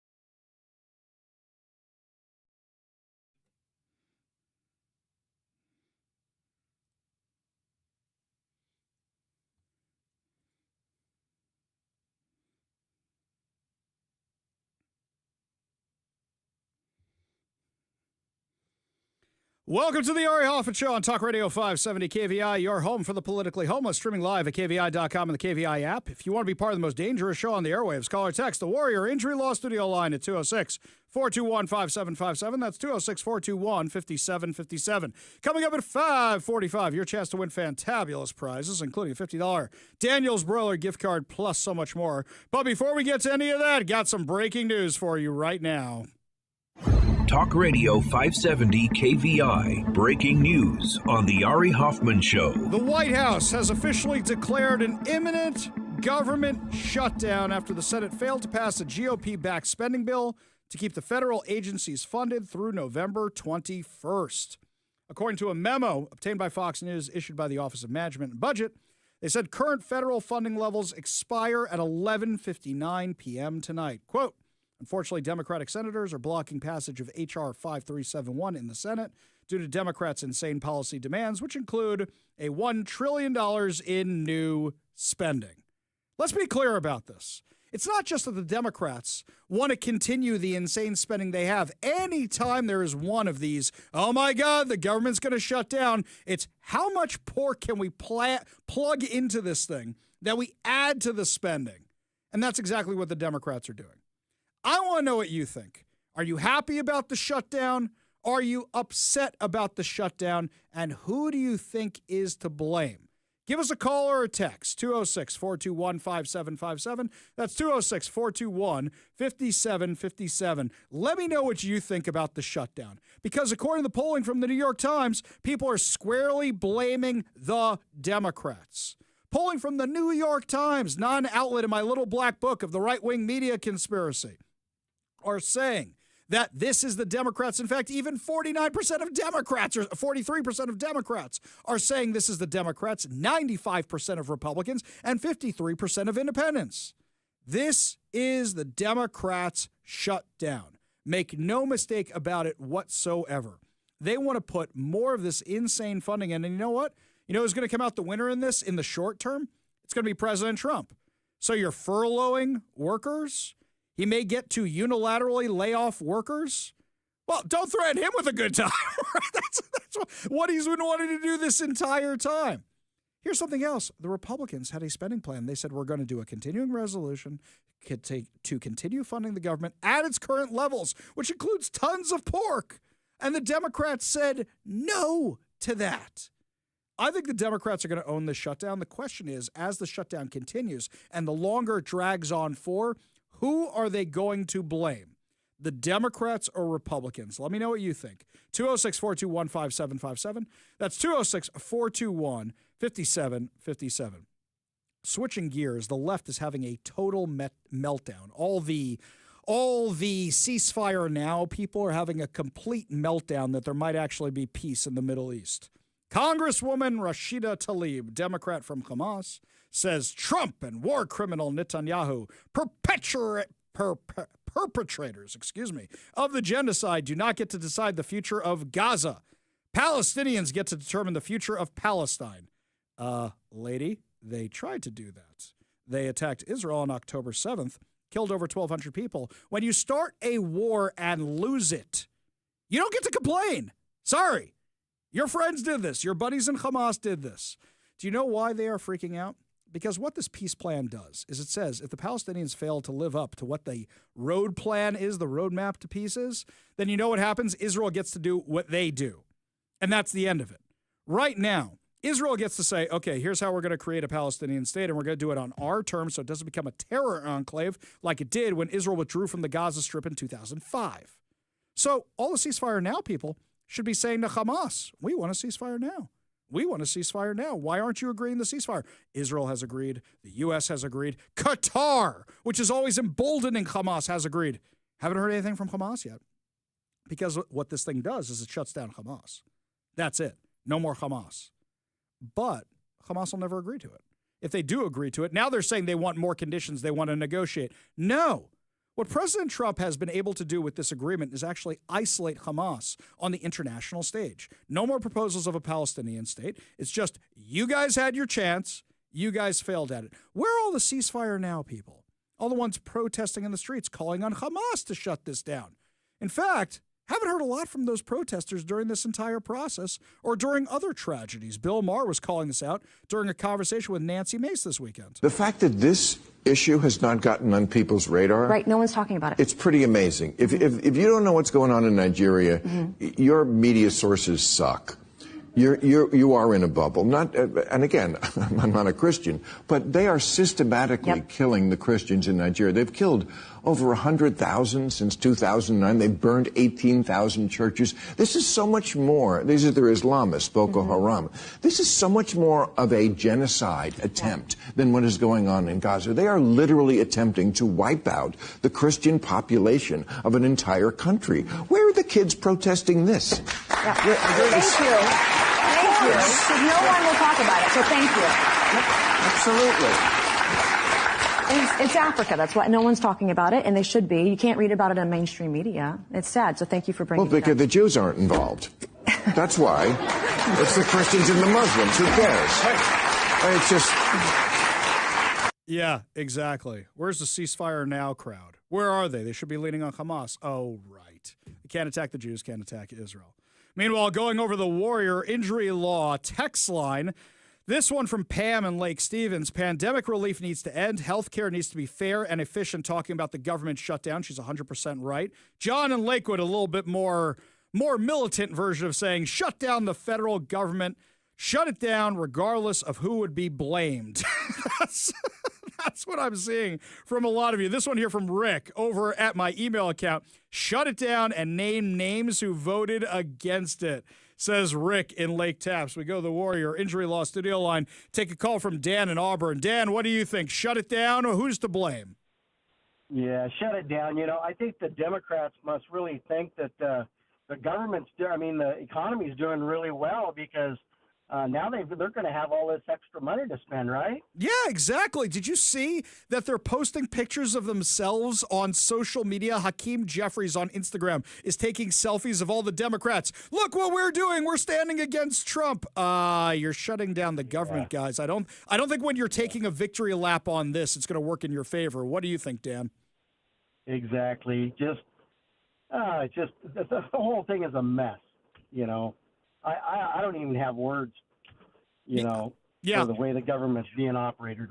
I mean, I like the way Trump is going about things, but I really dislike the way the Democrats are just shooting at him and shooting, Metaphorically. I mean, actually and metaphorically, but let's go with metaphorically for now. Yeah, I agree with you. It's shots at him in every way. They don't have any plans, so all they do is Trump bad, orange man bad, Trump bad, orange man bad. That's all they do. They have no plans. And I've said this time and time again. Exactly. The reason that Zoran Mamdani is standing out is because at least he has a plan. It's horrible. It's terrible. It's never going to work. It's failed many times before. But at least he's saying not Trump bad, Trump. I mean, he says that too. But what he's talking about are these communist ideas, which the young people go, oh, that sounds great. And that's the problem. It doesn't work. It doesn't work. Not at all. Dan, appreciate the call. Appreciate you being part of the show. You want to be part of the show, you want to weigh in on the government shutdown, you give us a call or a text at 206-421-5757. That's 206-421-5757 from the 360 over on the Warrior Injury Law text line. The Democrats just want to keep our country uneasy and afraid. It's their fault. They're going to have a hard time claiming it's not their fault when they're posting selfies on the screen. When they're posting the selfies on Instagram and Facebook. Oh, we're fighting the resistance. How's that worked out so well for you right now? I am so curious what the polling is going to say tomorrow and the day after that and the day after that. I think they're going to get less popular. I think eventually they're going to cave because they're so unpopular on this. I think that's what's going to happen, and they're going to hand Trump another win. So the economy is doing well. Here's something else, another indicator. The stock market, even though it knew this was on the horizon, closed up today. Does it start down tomorrow? Does it go up, or does it go, hey, if the government shut down, the Democrats can't cause any problems for us. Let's make some money. I wonder if we're going to see that happen tomorrow. Watching the stock market is going to be a fun indicator about which direction this is going in. I'm kind of excited for tomorrow with this Democrat shutdown. Let us know what you think. 206-421-5757. That's 206-421-5757. Rob on the text line says the Democrats knew. Rob says, Essential services continue. Yet another lesson in how much government we don't need. Oh, that's very, very good. From the 206, the Democrats knew President Trump was not going to accept a $1 trillion increase in their budget. It's all their fault, and they're just grandstanding. But the Kool-Aid gang will try to blame it on Trump as they stand in the food lines. Tom from Seattle says that one. This one here from the 425. Shut it down. Fire half the employees, and let's finally teach them it's our money. Be responsible with it. Don't threaten us with a good time. Mike and I like that plan. That's a really, really good plan. Let us know what you think about the government shutdown. 206-421-5757. I will say, Senate is still in session right now. This isn't over yet. We aren't fully shut down yet. It ends at 11:59 p.m. tonight. I'm kind of curious what the essential services are. Okay, Medicaid, Medicare, Social Security, the military, national defense. I get that. Eben in Bonnie Lake says, shut down the government, make Trump the king of America. All problem solved. Okay, Eben, I don't even want Trump as king. I know that sounds like fun. It's going to be the best. By the way, they announced his presidential library today. Eric Trump posted on social media that it's going to be in Miami, Florida. Do you think it's going to be the Donald Trump Hotel, Library, and Casino? I think that'll be a lot of fun. It'll be like Biff Tannen's Pleasure Palace from Back to the Future 2. In fact, I used ChatGPT to create a little image. If you want to see it over there on my social media, Ari Hoffman Official on Facebook and Instagram, The Hofffather over on Twitter. You can check it out right there. Yeah, I think that, everybody on the text line is saying, yeah, just shut down the government. This will be a lot of fun. Yeah, I kind of agree with you guys. I kind of agree that's the direction to go. Don't make me start the chant. Shut down, shut down. I was say shut it. Wait, let's take one from the lefties. Don't they go shut it down when they're like marching across the freeways and stuff? Yeah. That's too many words. Oh, I see. Just the two. I'll just words. use the two that are already there. It's an easier chant. See, that's the difference between the left and the right. The right is just smarter and we'll do it easier. Yes. It's like this has 2 words. That has 3. Why add another one? You can work smarter or harder is what you're saying? Yes. Yeah, I'm with you on that one. I work both smarter and harder. You do indeed. I'll say something else. I am really impressed with J.D. Vance. Usually you don't hear from the vice president that much during these things, and the vice president is the one who oversees these things, like Senate. So usually you don't see them that involved. This was J.D. Vance yesterday. First of all, we have to keep essential services functioning as well as possible if the Democrats shut down the government, and Russ has been tasked with making sure that's possible.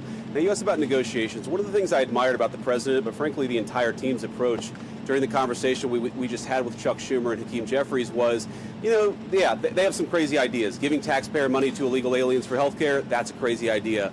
Funding transgender surgeries in Peru, that's a crazy idea. But they had some ideas that I actually thought were reasonable, and they had some ideas that the president thought was reasonable. What's not reasonable is to hold those ideas as leverage and to shut down the government unless we give you everything that you want. There were multiple times where Leader Jeffries or Leader Schumer would say, you know what, we should be doing this, and the President of the United States would say, yeah, absolutely, let's have that conversation, but we're going to do it in the context of the people's government being open. We're not going to let you take the people's government hostage and then give you everything that you want. And that's really the state of the negotiation. Yeah, let's have a conversation, let's have a negotiation, but we're not going to shut down the government because we won't give the Democrats everything that they want. Exactly. In fact, Speaker Johnson said the same thing. We're very lucky to have J.D. Vance. He's a superstar in all this. He's eloquent. He's even-keeled. And he's talking about what's waste and what we want to fund. He says we want to fund the essential services, but we're not going to fund health care for illegal aliens. Here's Speaker Johnson. Their counterproposal, what Chuck Schumer and Hakeem Jeffries are demanding, is that they claw back the $50 billion that we put into the rural hospital support structure. They want to take that back. We're not going to do that. We passed that because we have to allow for that. Also, if they shut the government down, not only are troops unpaid, federal workers, and all the services that everybody relies upon, but the WIC program, the nutrition program, women, infant, and children, they will not get that program, will not be funded. FEMA won't be funded. We have hurricanes off the coast of the United States right now. This is serious business. You have telehealth, you have mental health services, all that's funded by the government would stop if Chuck Schumer and Hakeem Jeffries and the Democrats have their way. The Democrat shutdown would be damaging for the country. We can't allow for it. Rob's got a new chant over on the Warrior Injury Law text line. Here you go, Mike. New chant. Schumer's a clown. Shut it down. He wants me to bang while I do that. I mean, it's okay. It's okay. But like Mike said, keep it short. Keep it sweet. Get direct. Get to the point. My dude Robin Lakewood's got it figured out. I got a chant for you. Speaking of clowns, by the way, here's what Chuck Schumer said last September about shutdowns. If the government shuts down, it will be average Americans who suffer most.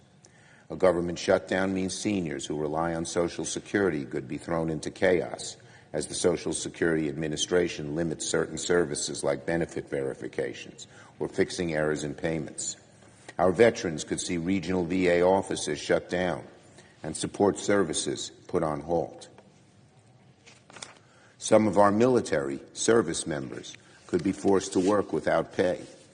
Families who benefit from WIC and other nutrition programs could see benefits halted. I guess we shouldn't shut down the government yet, right, Elizabeth Warren? The least we can do, the bare minimum that we can do, would be to pass a continuing resolution to keep the doors open and the lights on. We can ensure that over 1 million federal workers aren't simply sent home for no reason. We can avoid a government shutdown. This is democracy. And in a democracy, hostage tactics are the last resort for those who can't win their fights through elections, can't win their fights in Congress, can't win their fights for the presidency, and can't win their fights in the courts. For this right-wing minority, hostage-taking is all they have left. A last gasp of those who cannot cope with the realities of our democracy. Just play those on repeat, put up all the things the Democrats want to spend money on, and you will win the argument. This one from Stephen Shoreline. Since Schumer and Jeffries are so eager to reach in my pocket for dollars to support illegals, I want to see them take a pay cut and reach into their pockets first. Yeah, exactly. From the 360, it would be great if they shut it down and give out a bunch of pig slips. How many people are left in those buildings anyway?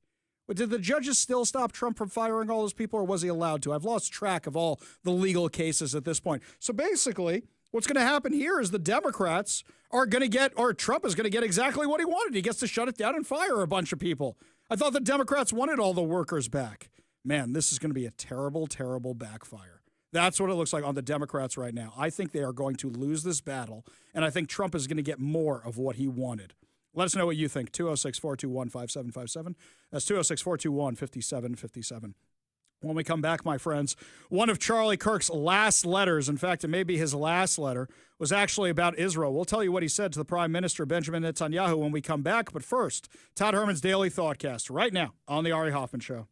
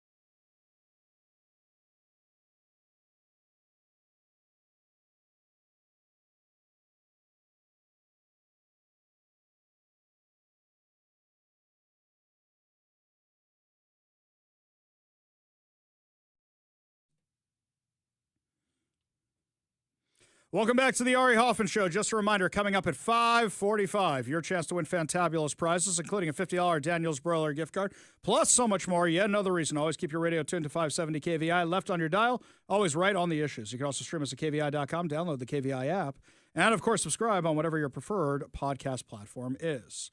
Lunatics on the far right, like Tucker Carlson and Candace Owens, continue to claim that Charlie Kirk was turning on Israel in his last days.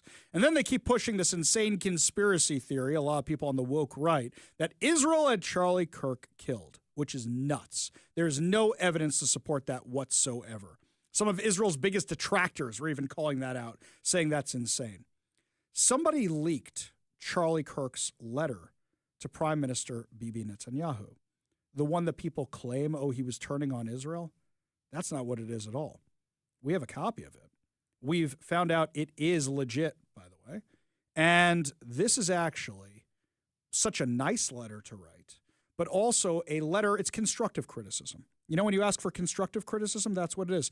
People would call after October 7th, Ari, how can we be critical of the Israeli government and not be anti-Semitic? And I said, there's many, many ways to do it. And that's exactly what Charlie Kirk is doing in this letter here. He's giving advice to Bibi Netanyahu because he sees them losing the information war. And he wants them to solve it because he loves Israel so much. I'm going to read directly from what he wrote. From the desk of Charlie Kirk, dear Mr. Prime Minister, one of my greatest joys as a Christian is advocating for Israel and forming alliances with Jews in the fight to protect Judeo-Christian civilization. Yeah, that sounds like a guy who's really turning on it, right? Most recently, I'm proud to have taken over Ambassador Huckabee's show on TBN, where we continually support Israel and the Jewish people. As Muhammadism spreads in Western societies, it is critical that Jews and Christians stay united in the effort to contain and roll back radical Islam and Sharia law. I regret to report that anti-Israel and anti-Semitic trends are at record levels on social media.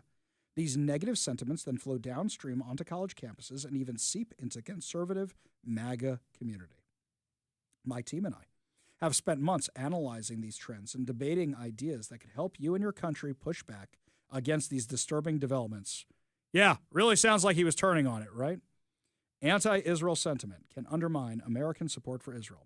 The purpose of this letter is to lay out our concerns and outline potential remedies.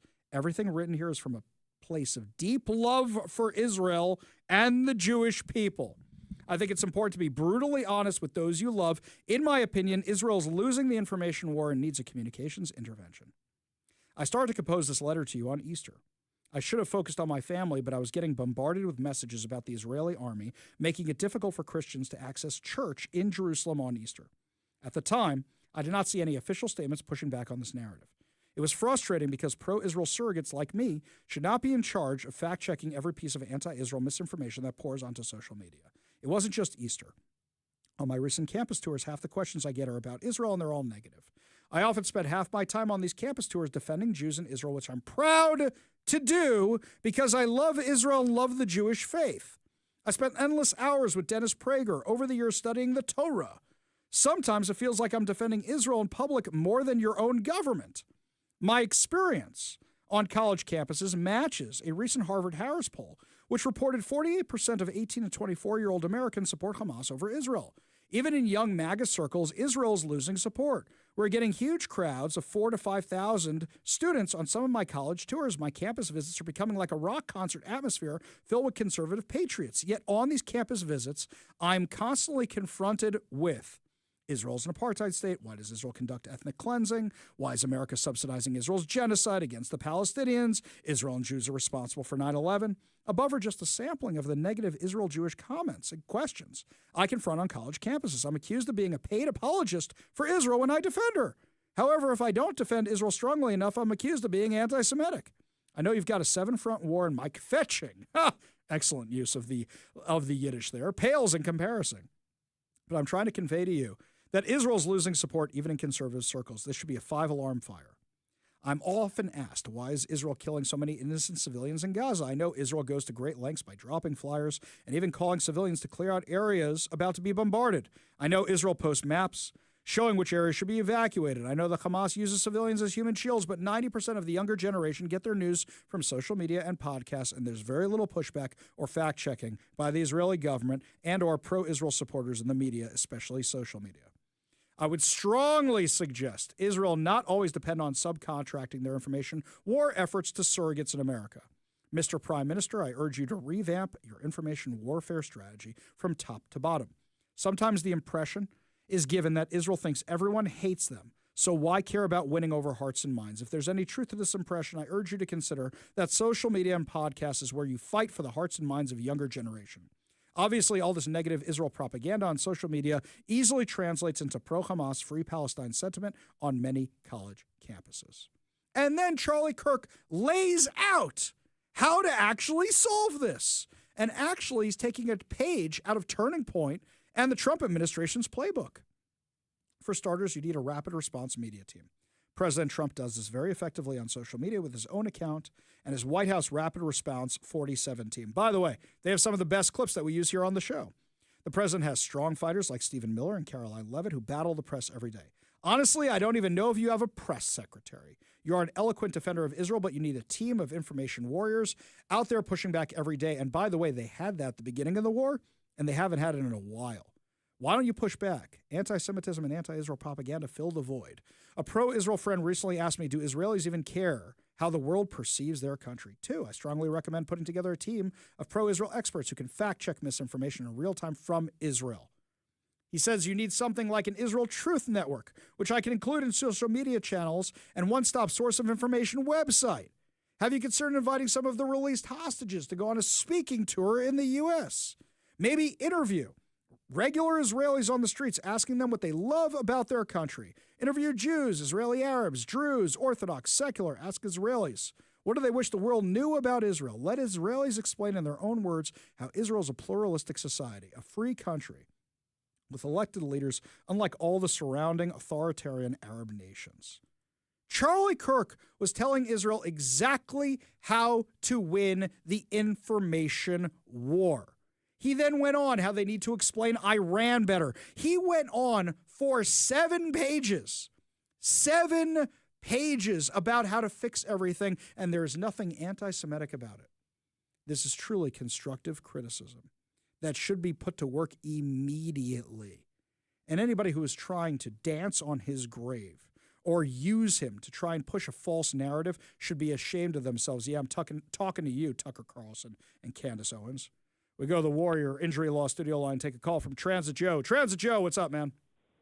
What's up is first, may Charlie Kirk rest in peace and may his family be protected. And I don't agree with him on everything, but what happened to him was pure, unadulterated evil. The second thing is Ari, I've been listening to you the past few days, and I haven't been able to call in, but until now. But I agree with you that the ADL and other groups who shall remain nameless need to start heeding the advice of Charlie Kirk and yourself, because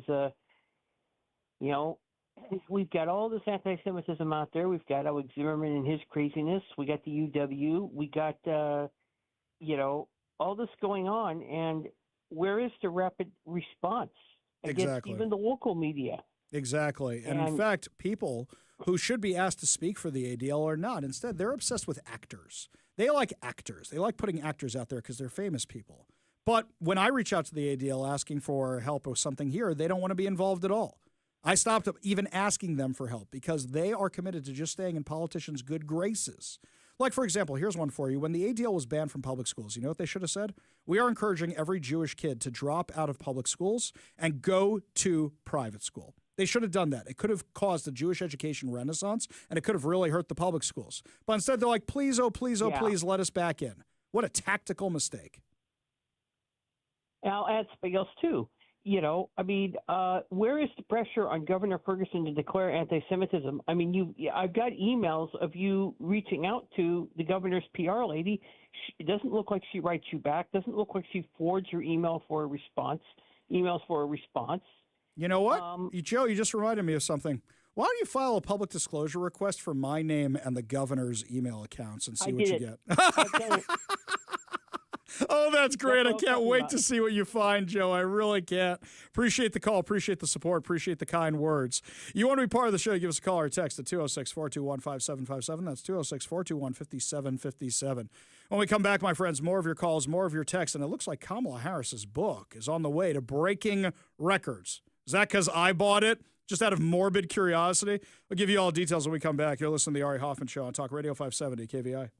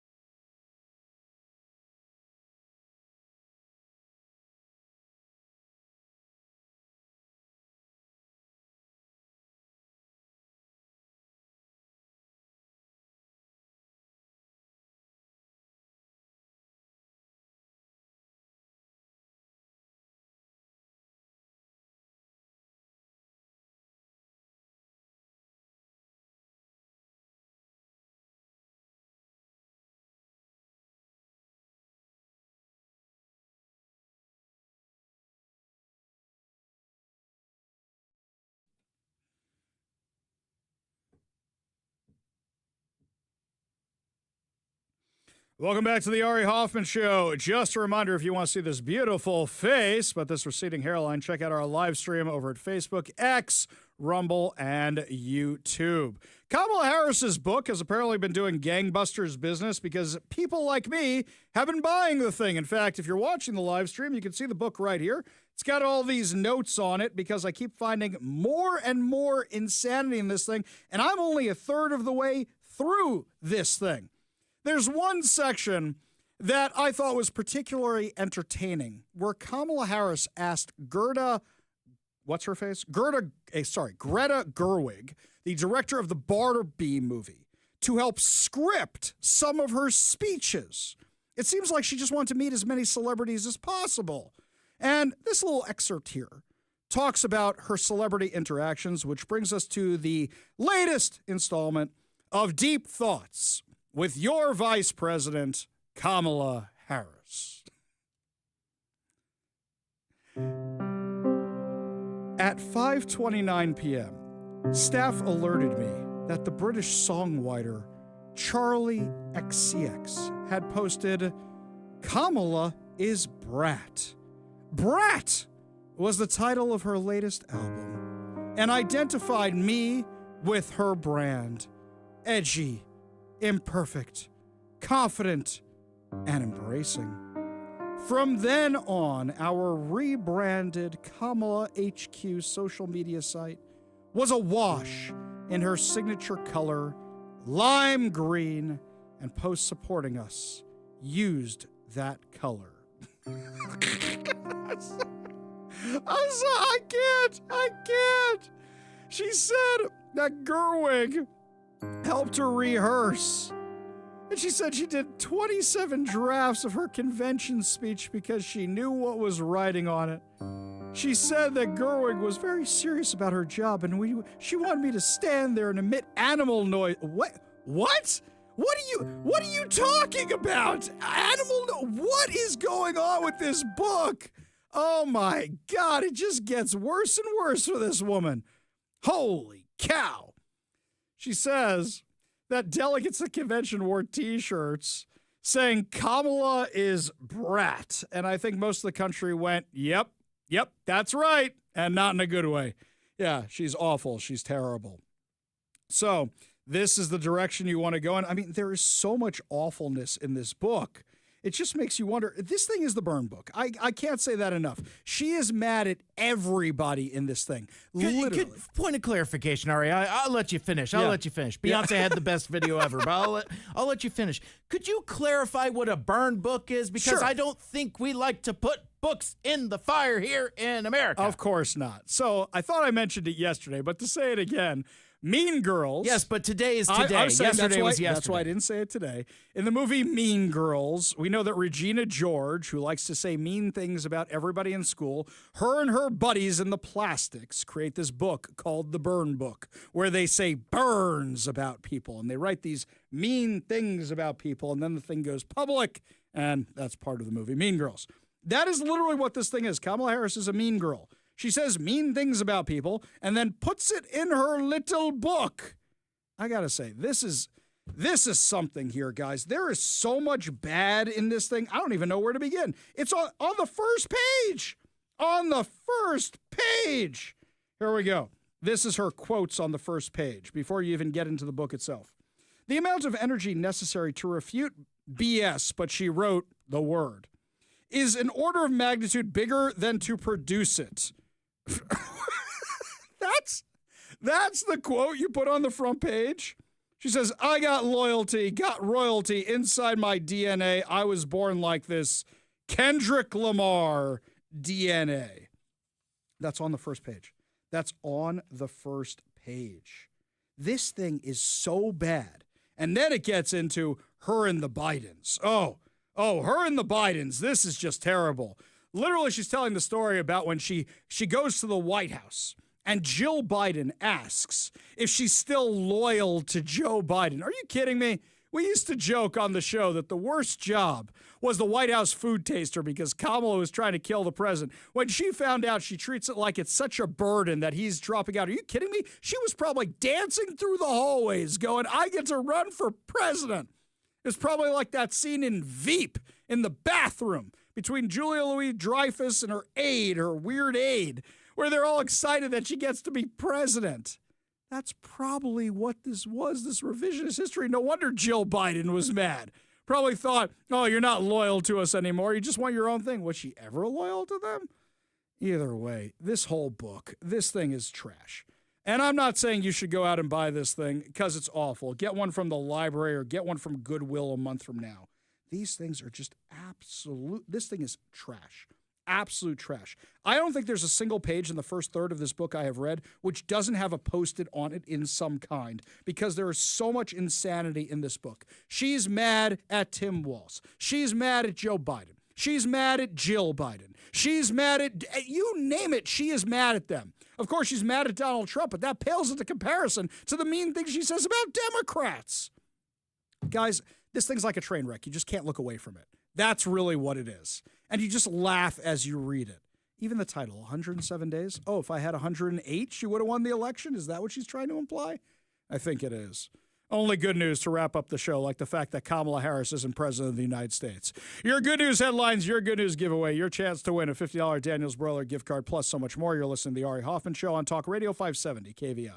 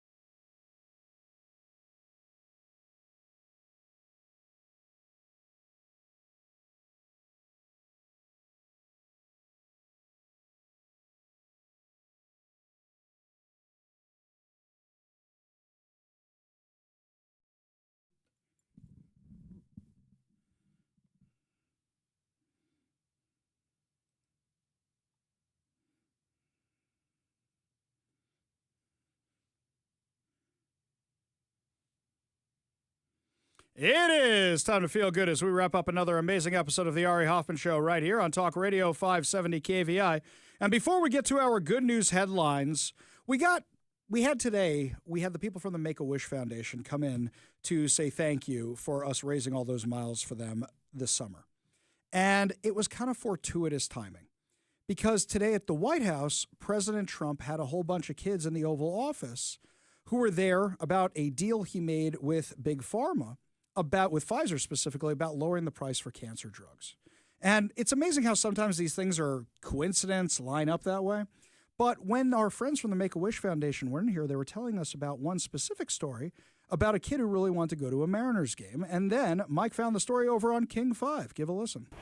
And a wish come true for a young ball player from Woodinville. 11-year-old Everett will take his first trip around the bases at T-Mobile Park this Saturday right before Game 1. Everett's dream being made possible by a Make-A-Wish and the Mariners. We caught up with him and his dad during today's practice run. I don't really know how long I've been dreaming about it, but I've been dreaming about it for a long time.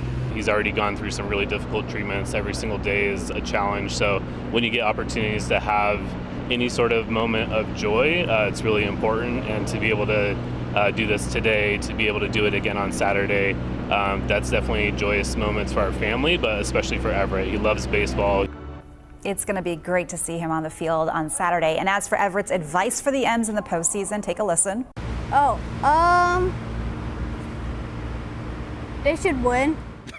I like that part. I like that part. Wholesome content is wholesome. And the kids actually in the White House today, one of them had a really fun interaction with President Trump when they were discussing their illnesses that they had survived and thanking President Trump for bringing down drug costs. Yes, sir. Go ahead. I've had a brain tumor since I was 4 months. Now I'm off all medicines. I'm a cancer survivor. I've had a brain tumor since I was 4 months, and I'm doing great. I'm 15 now, and I'm going to 10. And you're going to be a football player, offensive lineman.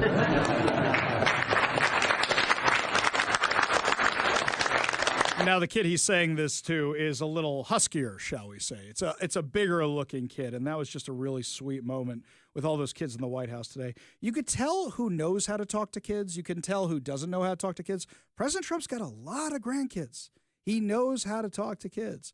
Meanwhile, some news that is not good news, by the way. Have you seen the prices on the playoff tickets in the secondary market for playoffs games for the Mariners? Holy cow! I'm looking at the upper deck. And when you can't even see the scoreboard. You know, out there in right field when you can't even see the scoreboard so you can't watch the hydroplane races or anything. $356. In fact, over in left field, $385, $397 for the upper deck in the outfield. It's absolutely insane. Let's look at what the lower level tickets are going for. And I posted this yesterday, so God only knows what they're up to now. I see for behind home plate, you're looking for $745 a seat. Wow. Just still cheaper to see a Mariners game than fly to a playoff game in New York when they were in the World Series, including the airfare, by the way.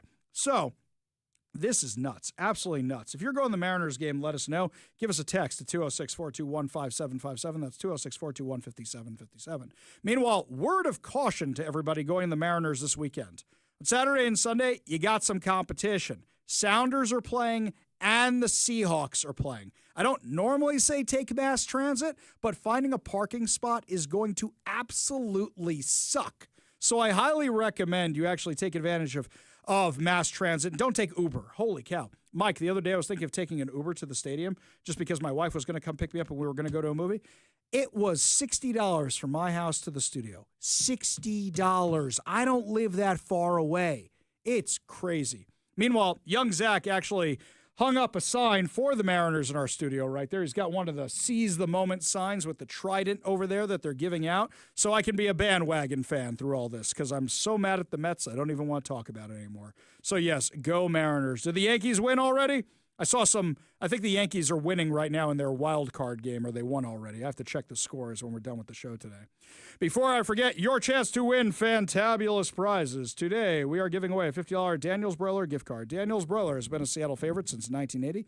Features USDA prime steak and other specialties, including chicken and fresh seafood, as well as a selection of high-end spirits, wine, and cocktails. Daniel's Broiler is open now in Bellevue, downtown Seattle, Leshine, South Lake Union. With dine-in, takeout, and delivery, check out danielsbroiler.com to reserve a table, place your takeout, delivery order, and more. We're also giving away a copy of 7 Steps to a Successful Retirement by Brian Evans of Madrona Financial and CPAs, plus the Little Red Book of Retirement. Learn how to design your retirement to support your quality of life for 30-plus years from Brian Evans of Madrona Financial and CPAs, a local company working to help you grow deep financial roots that future financial storms don't blow your life savings away. Visit madronafinancial.com for more information and discover how you can create a rooted wealth plan today. All you have to do in order to win these fantabulous prizes is be caller number 10 at 206-421-5757. That's 206-421-5757. Caller number 10 will win a $50 Daniel's Broiler gift card and a copy of 7 Steps to a Successful Retirement and a bonus of the Little Red Book of Retirement by Brian Evans of Madrona Financial and CPAs. Phone lines are open now. Give Mike a call for your chance to win at 206-421-5757. That's 206-421-5757. Well, my friends, that's going to do it for us today. But we'll be back tomorrow with more insane stories, more exciting guests, and, of course, more giveaways. You've been listening to The Ari Hoffman Show on Talk Radio 570 KVI, and go Mariners.